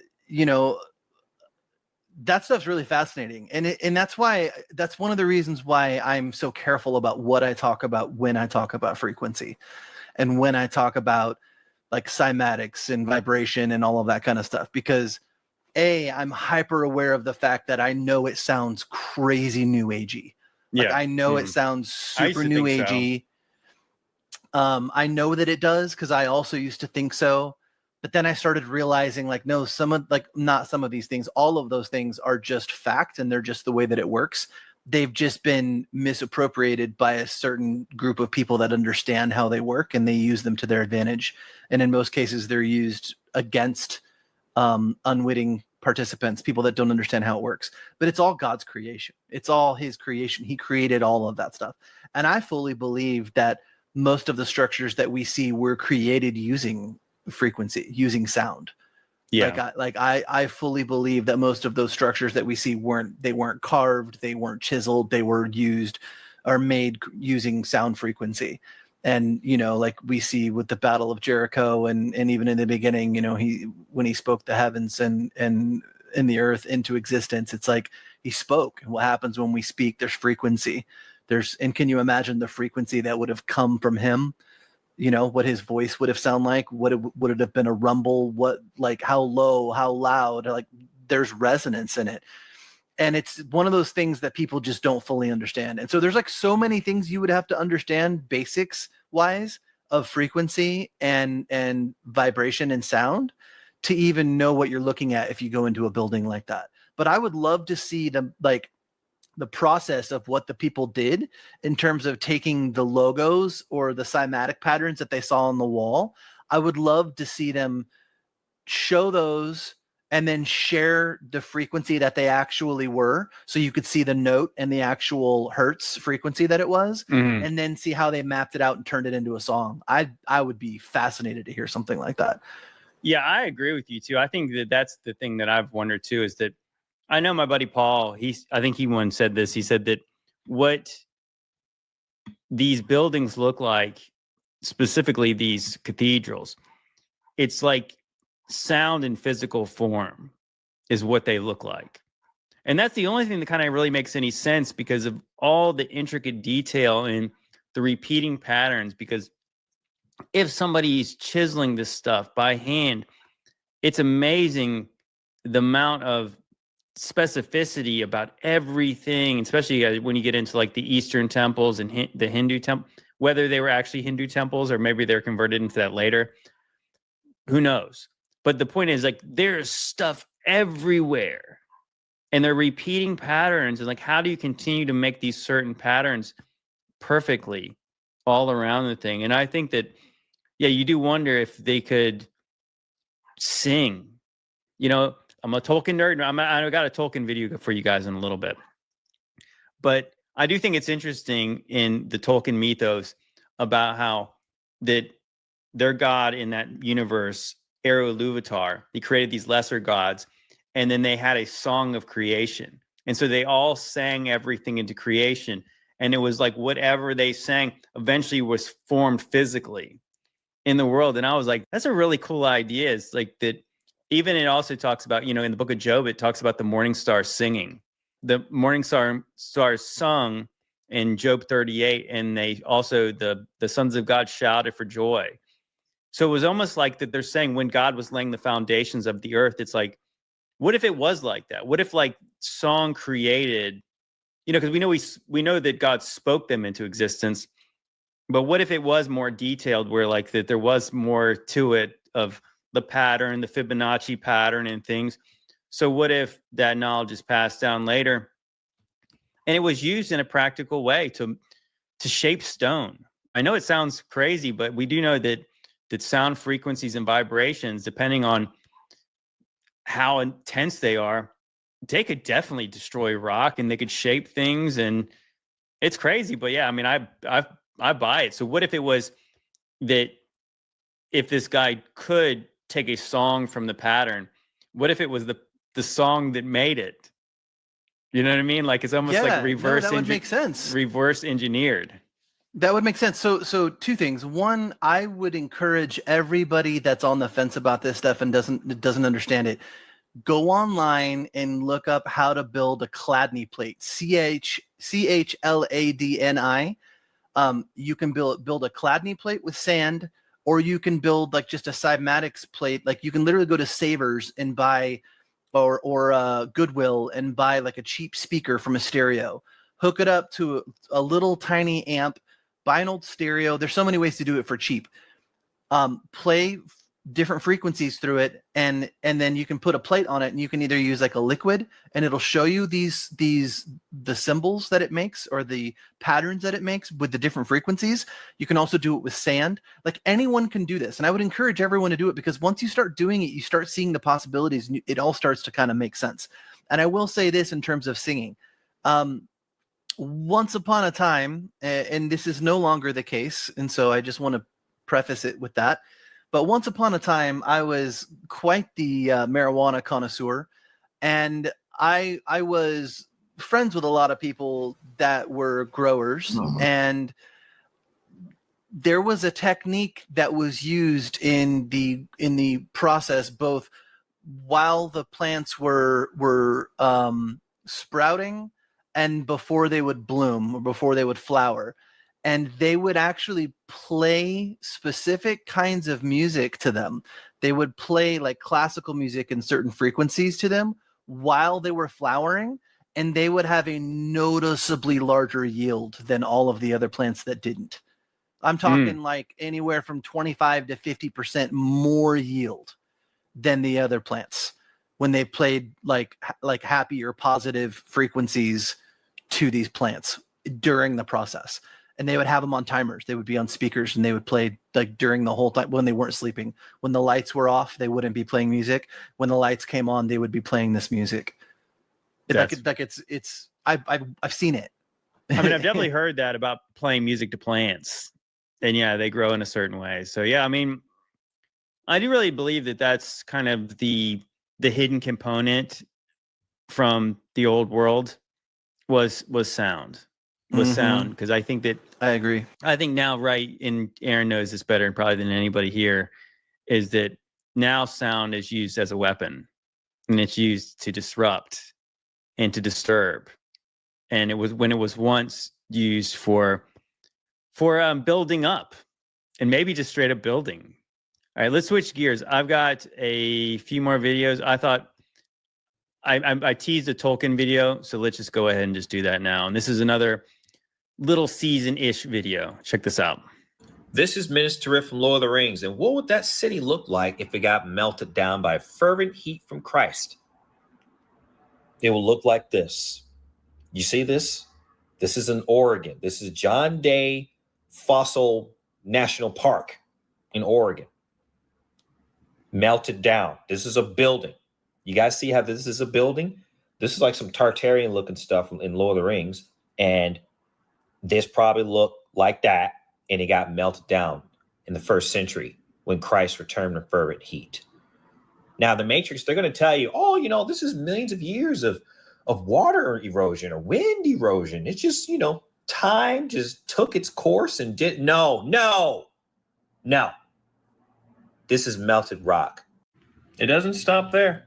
It doesn't stop there. Look at that. Drip downs, melting, sloped, melted. Like I said, this is in Oregon. And it's just, I mean, that's how ice cream looks. You set out ice cream on a hot summer day, and it's going to do that. It's going to melt down. Look at these buildings. Look at these buildings. Those are structures. That's Minas Tirith. That's Minas Tirith. Essentially, they got melted down. Look at these buildings, man. Do you guys see what I'm saying now? I'm not tripping. I'm not tripping on this. There were so many cities around the United States that got obliterated. They got taken out with fervent heat. Clearly, this is a stone city that was melted down. Hey, man. Oh, it's just natural. It's natural. It's just millions of years. Okay, you can believe the Matrix programming if you want to, but they're lying to you. They don't want you to know the truth about this earth. They need you to believe those textbooks and those officials, those pseudoscientists. No. That was pretty fascinating. I think that was a pretty good comp. That first picture, and I think maybe like it was probably 30 seconds in when he showed back. That really did look like that if you built a city right up to a mountain and that city melted, wouldn't it look like what he just showed?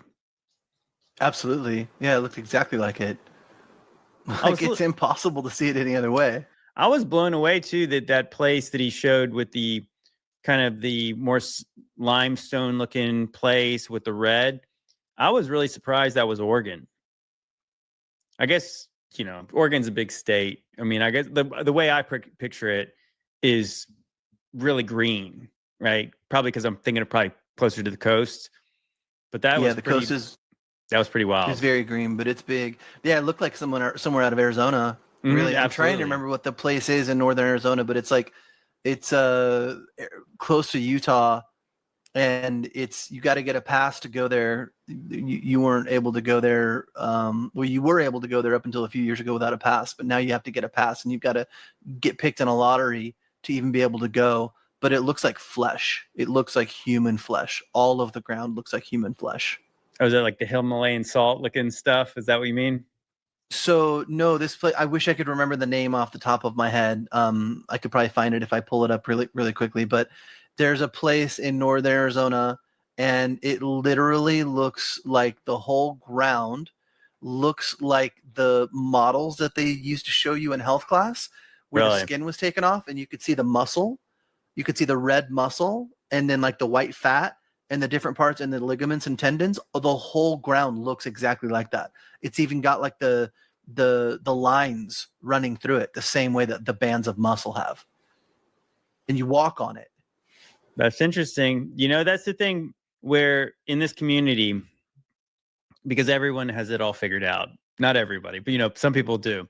Because some people say that there was never any mountains before. And then they're either trees, they're either giants or giant animals, or they were all buildings. I do kind of wonder. I mean, there's so many movies where they do show like rock giants and giants turned to stone and things like that. You know, I'm open to the possibility that some of these things could have been antediluvian Nephilim giant creatures and things like that. I told you last night, I was saying that I was watching this show about on Netflix called The Blood of Zeus. The Greeks have these crazy mythologies about the Titans and the giant monsters and these primordial giants that came from the earth and stuff like that. I don't know. I mean, I guess that's the kind of stuff that could be kind of like in the stuff of Enoch when people talk about that there was things that were 3,000 L and nobody really knows what kind of a measurement an L was. And so could it have been a monstrous being that was the size of a mountain? Well, I'll tell you what. I just figured it out. Pull up the wave. Pull up the wave, Arizona, and let's let your viewers decide. Because I would imagine everyone's going to think the same thing when they see this. It looks like exactly what you're describing. It looks like you're literally walking on old giants, titans. Yeah, that's wild. Look at that. It looks exactly like the muscle and fatty tissue inside of the body. Yeah, that looks like you're in some giant's throat or something. Compare that to like a ribeye or something. And look at that one. Look at that, dude. Yeah, that's interesting, ain't it? You know, I went to a place that's sort of like that, and let me see if I can pull this up. When I was in the Valley of Fire, there was a section sort of like that.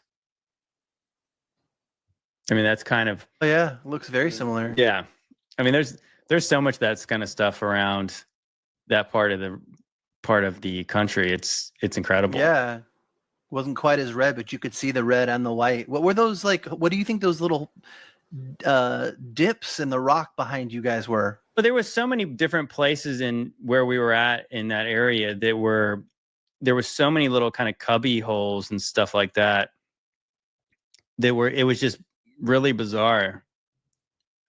I have no idea how this place kind of got its look.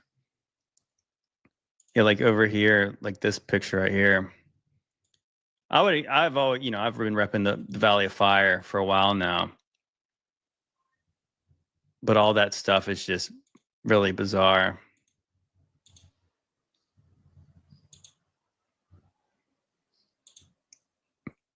This place looks like a different world.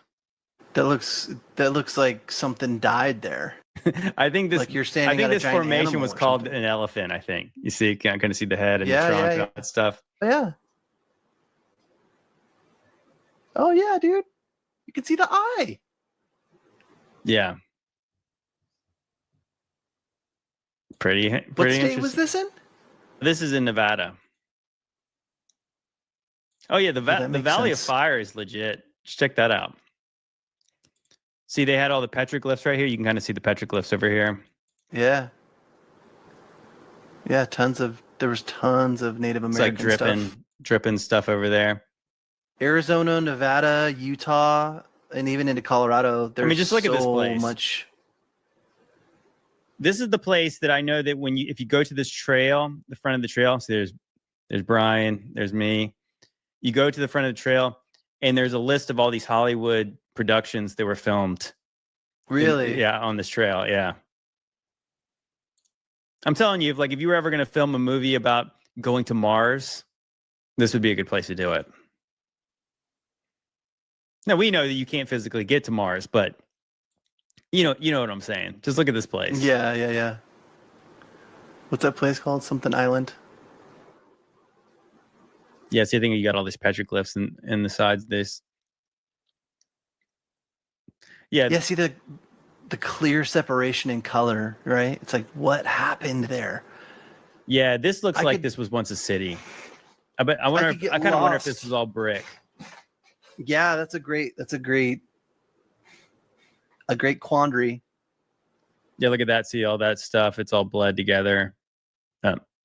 And there's Trump. There's me and Trump Tower. I missed that long hair. No, but yeah, that place was epic. I would say that from my perspective, that there's a lot of hiking places you can go that you have to work really hard to kind of get to your destination. So it's kind of like if you like crabs, eating blue crabs, you have to really kind of work to get the meat. Yep. But when you go to the Valley of Fire, it's like lump crab meat. It's like, because as soon as you walk into it, it's just everything you see is just interesting and different. You could just spend hours on one trail. There's so much to see. And it's not because you're walking so much. Right. I don't have very many bucket list things, but one of my bucket list things is I want a paramotor. So either a paramotor or like a paraglider that is attached to like a little car or like a scooter or whatever you call them, because there are no restrictions in places like Sedona for those things. You can fly anywhere. You don't need a pilot's license. Yeah, you could fly anywhere. And there's places over there where like there's one section in Sedona where like up top, I know you were there last year. There's one area where like up top, it was last year, right? That you were there? 2 years ago. Okay. So there's like a place in Sedona on one of the main mountains at the very top where like you can see like palm trees and like other stuff up there. And like, I'm so curious to know what's up there. It's way too tall for anyone to see with the naked eye. Maybe you could get a drone up there, but like, it looks like there's something going on up there, dude. Like there's something going on. Like someone lives there, or someone did live there, or there was some kind of village or something up there. But there's stuff up there on the top of that mountain that there isn't anywhere else. And dude, I would just love to fly through those places on a paramotor or a paraglider and just yeah, absolutely cruise through. Sedona's got so much crazy, interesting things to see. Yeah, it does. All right, I've got a couple more videos. I want to do a little palate cleanser. I got a kind of a fun video. I think it's fun anyways. And then I'll play one more and we'll close it out today. Can you keep a secret? Then listen to Mattel's new baby secret. She whispers just to you, and her lips really move when she talks. It's almost unbelievable. I want to tell you something. Baby Secret tells lots of secrets, so you never know what she'll say next.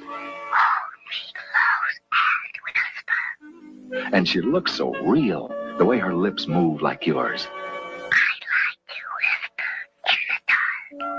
She can even pose the way you want. Get Mattel's soft and wonderful new baby secret, so you can have fun keeping secrets together. What kind? If we told, they wouldn't be secrets anymore.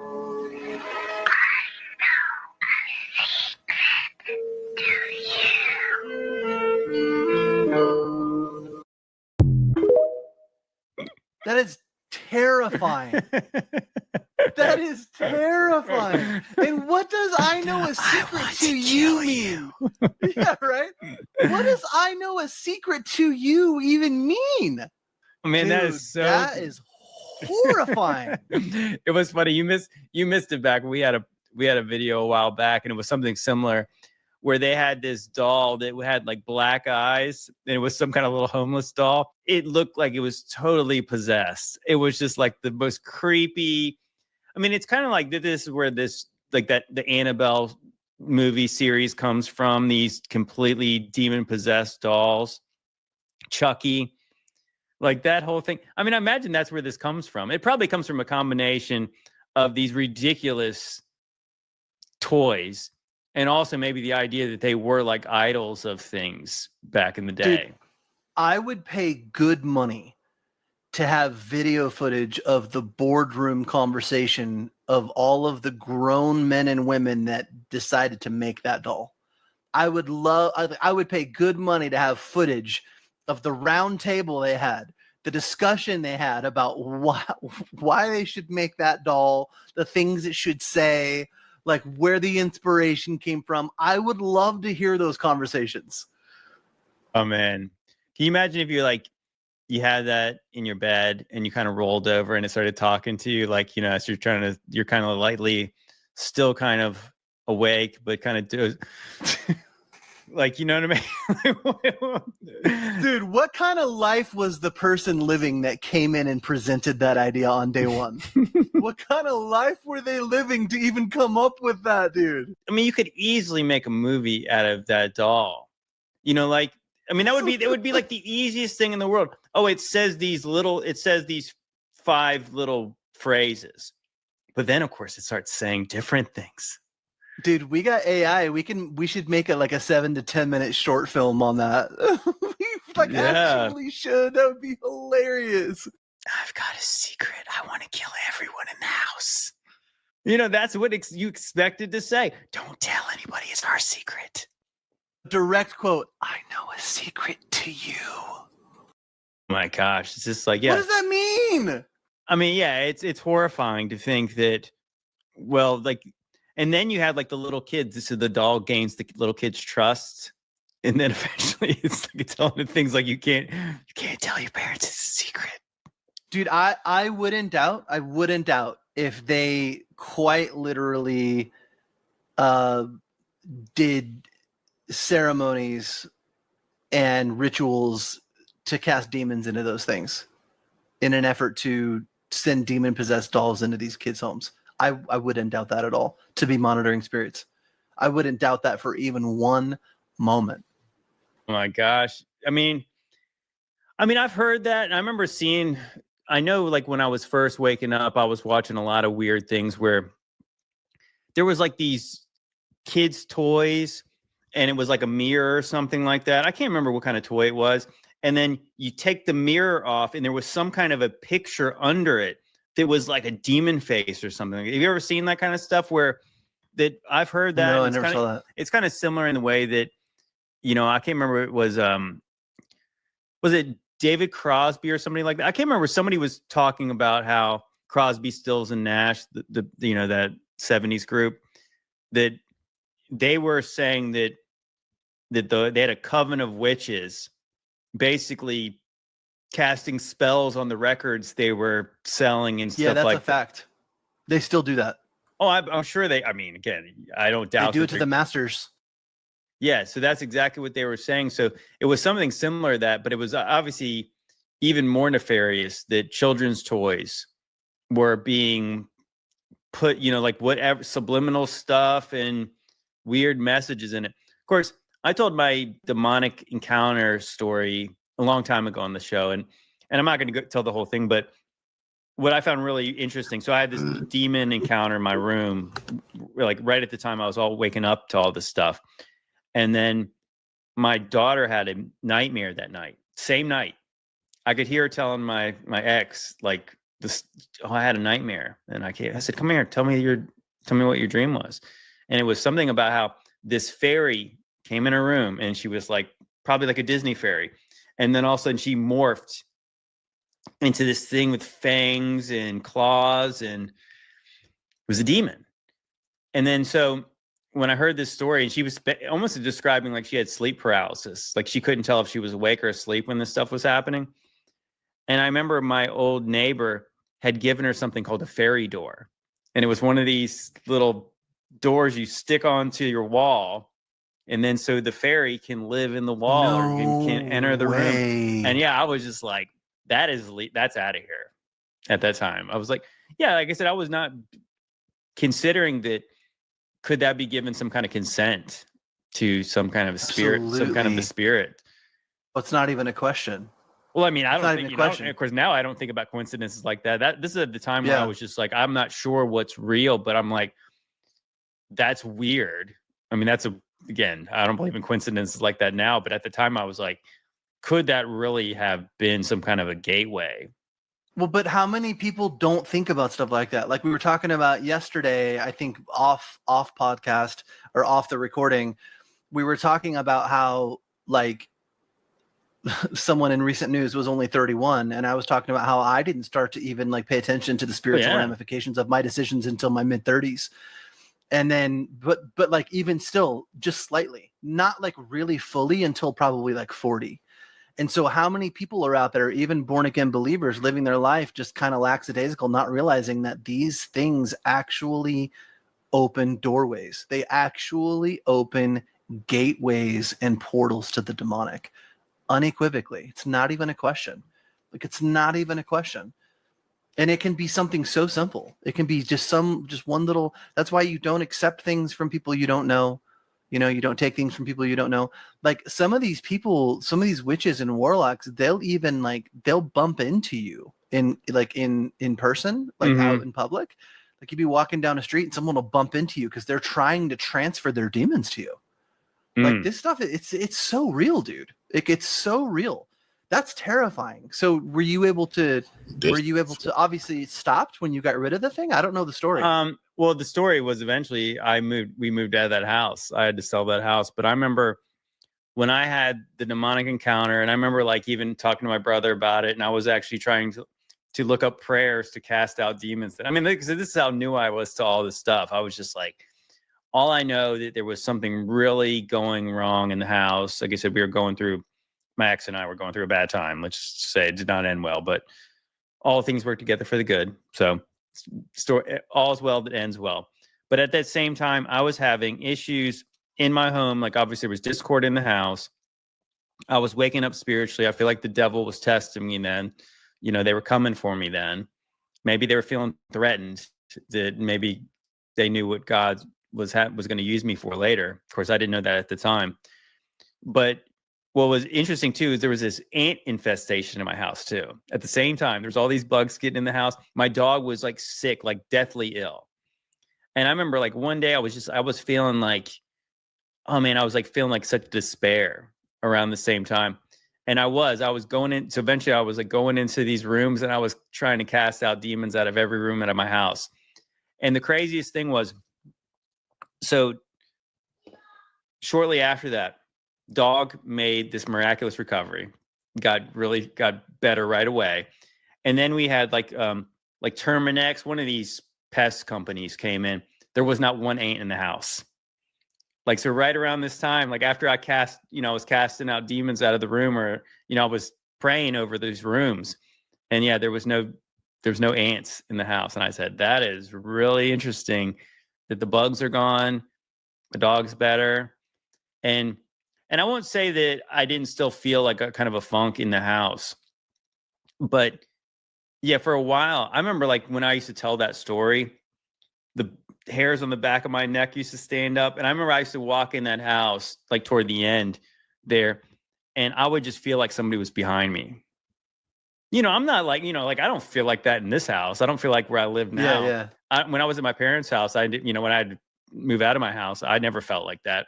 But I'd walk up the stairs and I would feel like somebody was behind me. It was eerie, man. It was eerie. And I know that there was some bad juju probably in that house. There was some stuff that happened there with the previous people who lived there, because I heard stories. But Yeah, it's frightening. It's just frightening to think that, like demons can kind of attach themselves to dwelling places, dolls, fairy doors, animals, insects. Yeah, and I mean, you like the control they have over the physical world it's jarring when you like fully understand. When I say fully understand, it's not like I'm the source and I understand how it all works, but I only know my own experiences. And it's jarring when you realize how much control the demonic realm has over the physical. Absolutely. I mean, of course, you think about like one of the devil's name is like Lord of the Flies. So you do kind of wonder. So I got one more video, and of course, actually, I was gonna play a different video, but this fits. This is kind of dark, but I mean, I'm going to play it anyways, just because it's actually right on theme. Lady Gaga just released an extremely creepy and demonic music video, and it contains hundreds of baby dolls. Some appear to be decapitated, haunted, dancing, whatever the heck is going on. And at first glance, you may recognize where this music video is being recorded. It actually has a very dark history. If you've seen my videos on Lady Gaga before, you know that her music videos and music itself has a lot of symbolism. This is recorded in the island of the Dolls, located in Mexico. There's no electricity here, no concrete buildings, no running water, just thousands of haunted dolls. Story has it there was a little girl who drowned, and a man named Don Julian unsuccessfully tried to save her in 1950, but he swears he could hear her cry for years and years after. Some say that he would find new dolls appearing outside, which I don't believe, and some say for 17 years after, he would hang up dolls trying to ward off the evil spirits. Eventually, in 2001, he was found dead in the same canal that she was. As of 2022, the Guinness World Records recognized this place as the largest haunted doll collection in the world. The real question is, why the heck would Lady Gaga record a music video in this place? So firstly, Lord rebuke and bind any demonic spirits or doorways or portals that were opened as a result of watching that in Jesus' name. My goodness, dude. That's about all I've got to say about that. That's jacked up, man. That's jacked up. I wonder if it had one of those secret whisper dolls there. There's a corridor with whisper dolls. He's scaring only. Everybody away. If you hear that baby whisper, oh my gosh. Like, so what? Creepy. Dude, at this point, like, if you're a believer and you're still listening to Lady Gaga, what are you doing with your life? Like, what is going on? Absolutely, man. Absolutely. Yeah, I think that he asked that tongue in cheek. He knows the reason. Yeah, because she's like a witch. Maybe not like a witch. She's a witch. I think she's like a high priestess, is what they call her. Like, she's like way up there. Yeah, we've seen those pictures. If you ever seen that one picture where she's like wearing all white and she's hanging out around all these old presidents and stuff, and you're thinking like, it's so weird. It's like such a weird thing that she would be involved with. I mean, like, some of the most powerful men in the world. Like, okay, so she's a pop star. Like, why would they care about her? You think they like her music? Yeah. Like, how does she have that kind of access? And it does seem like that idea where you see these people prominently either wearing all white or all black. A lot of times it's all white. But it's almost like it almost reminds me, of course, go Lord of the Rings again, like Saruman.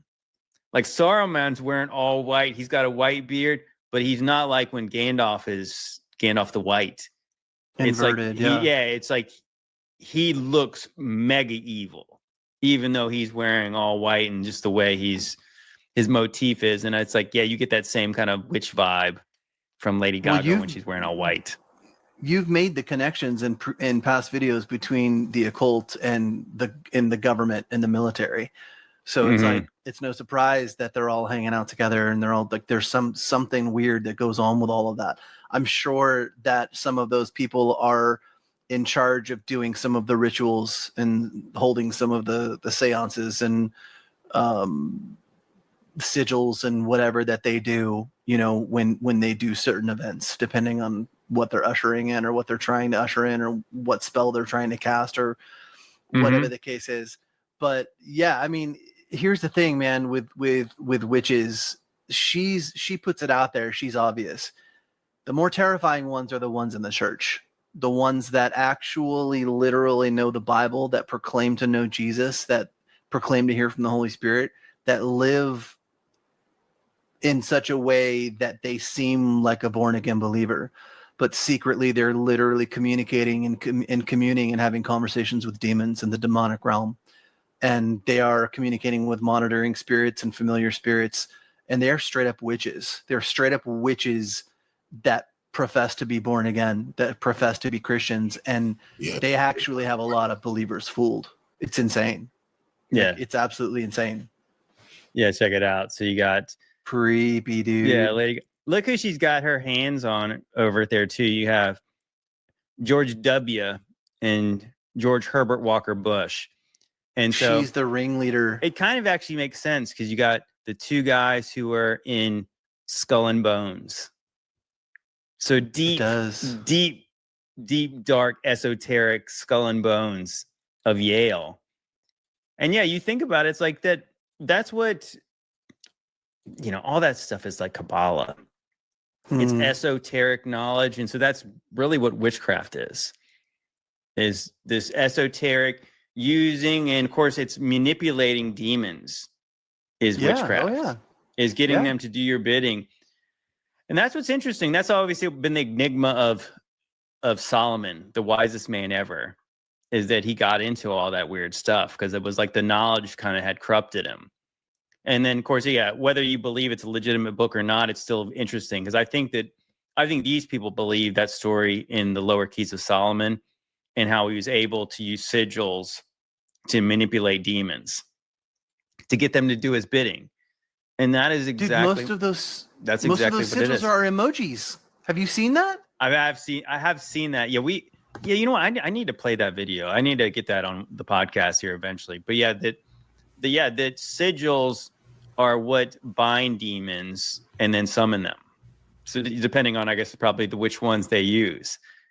And yeah, that's why it makes sense that these symbols are on everything and the way logos are drawn and why you have certain stars and used and obviously certain flags, certain countries that are our greatest allies, and they have esoteric symbols as their on their flag.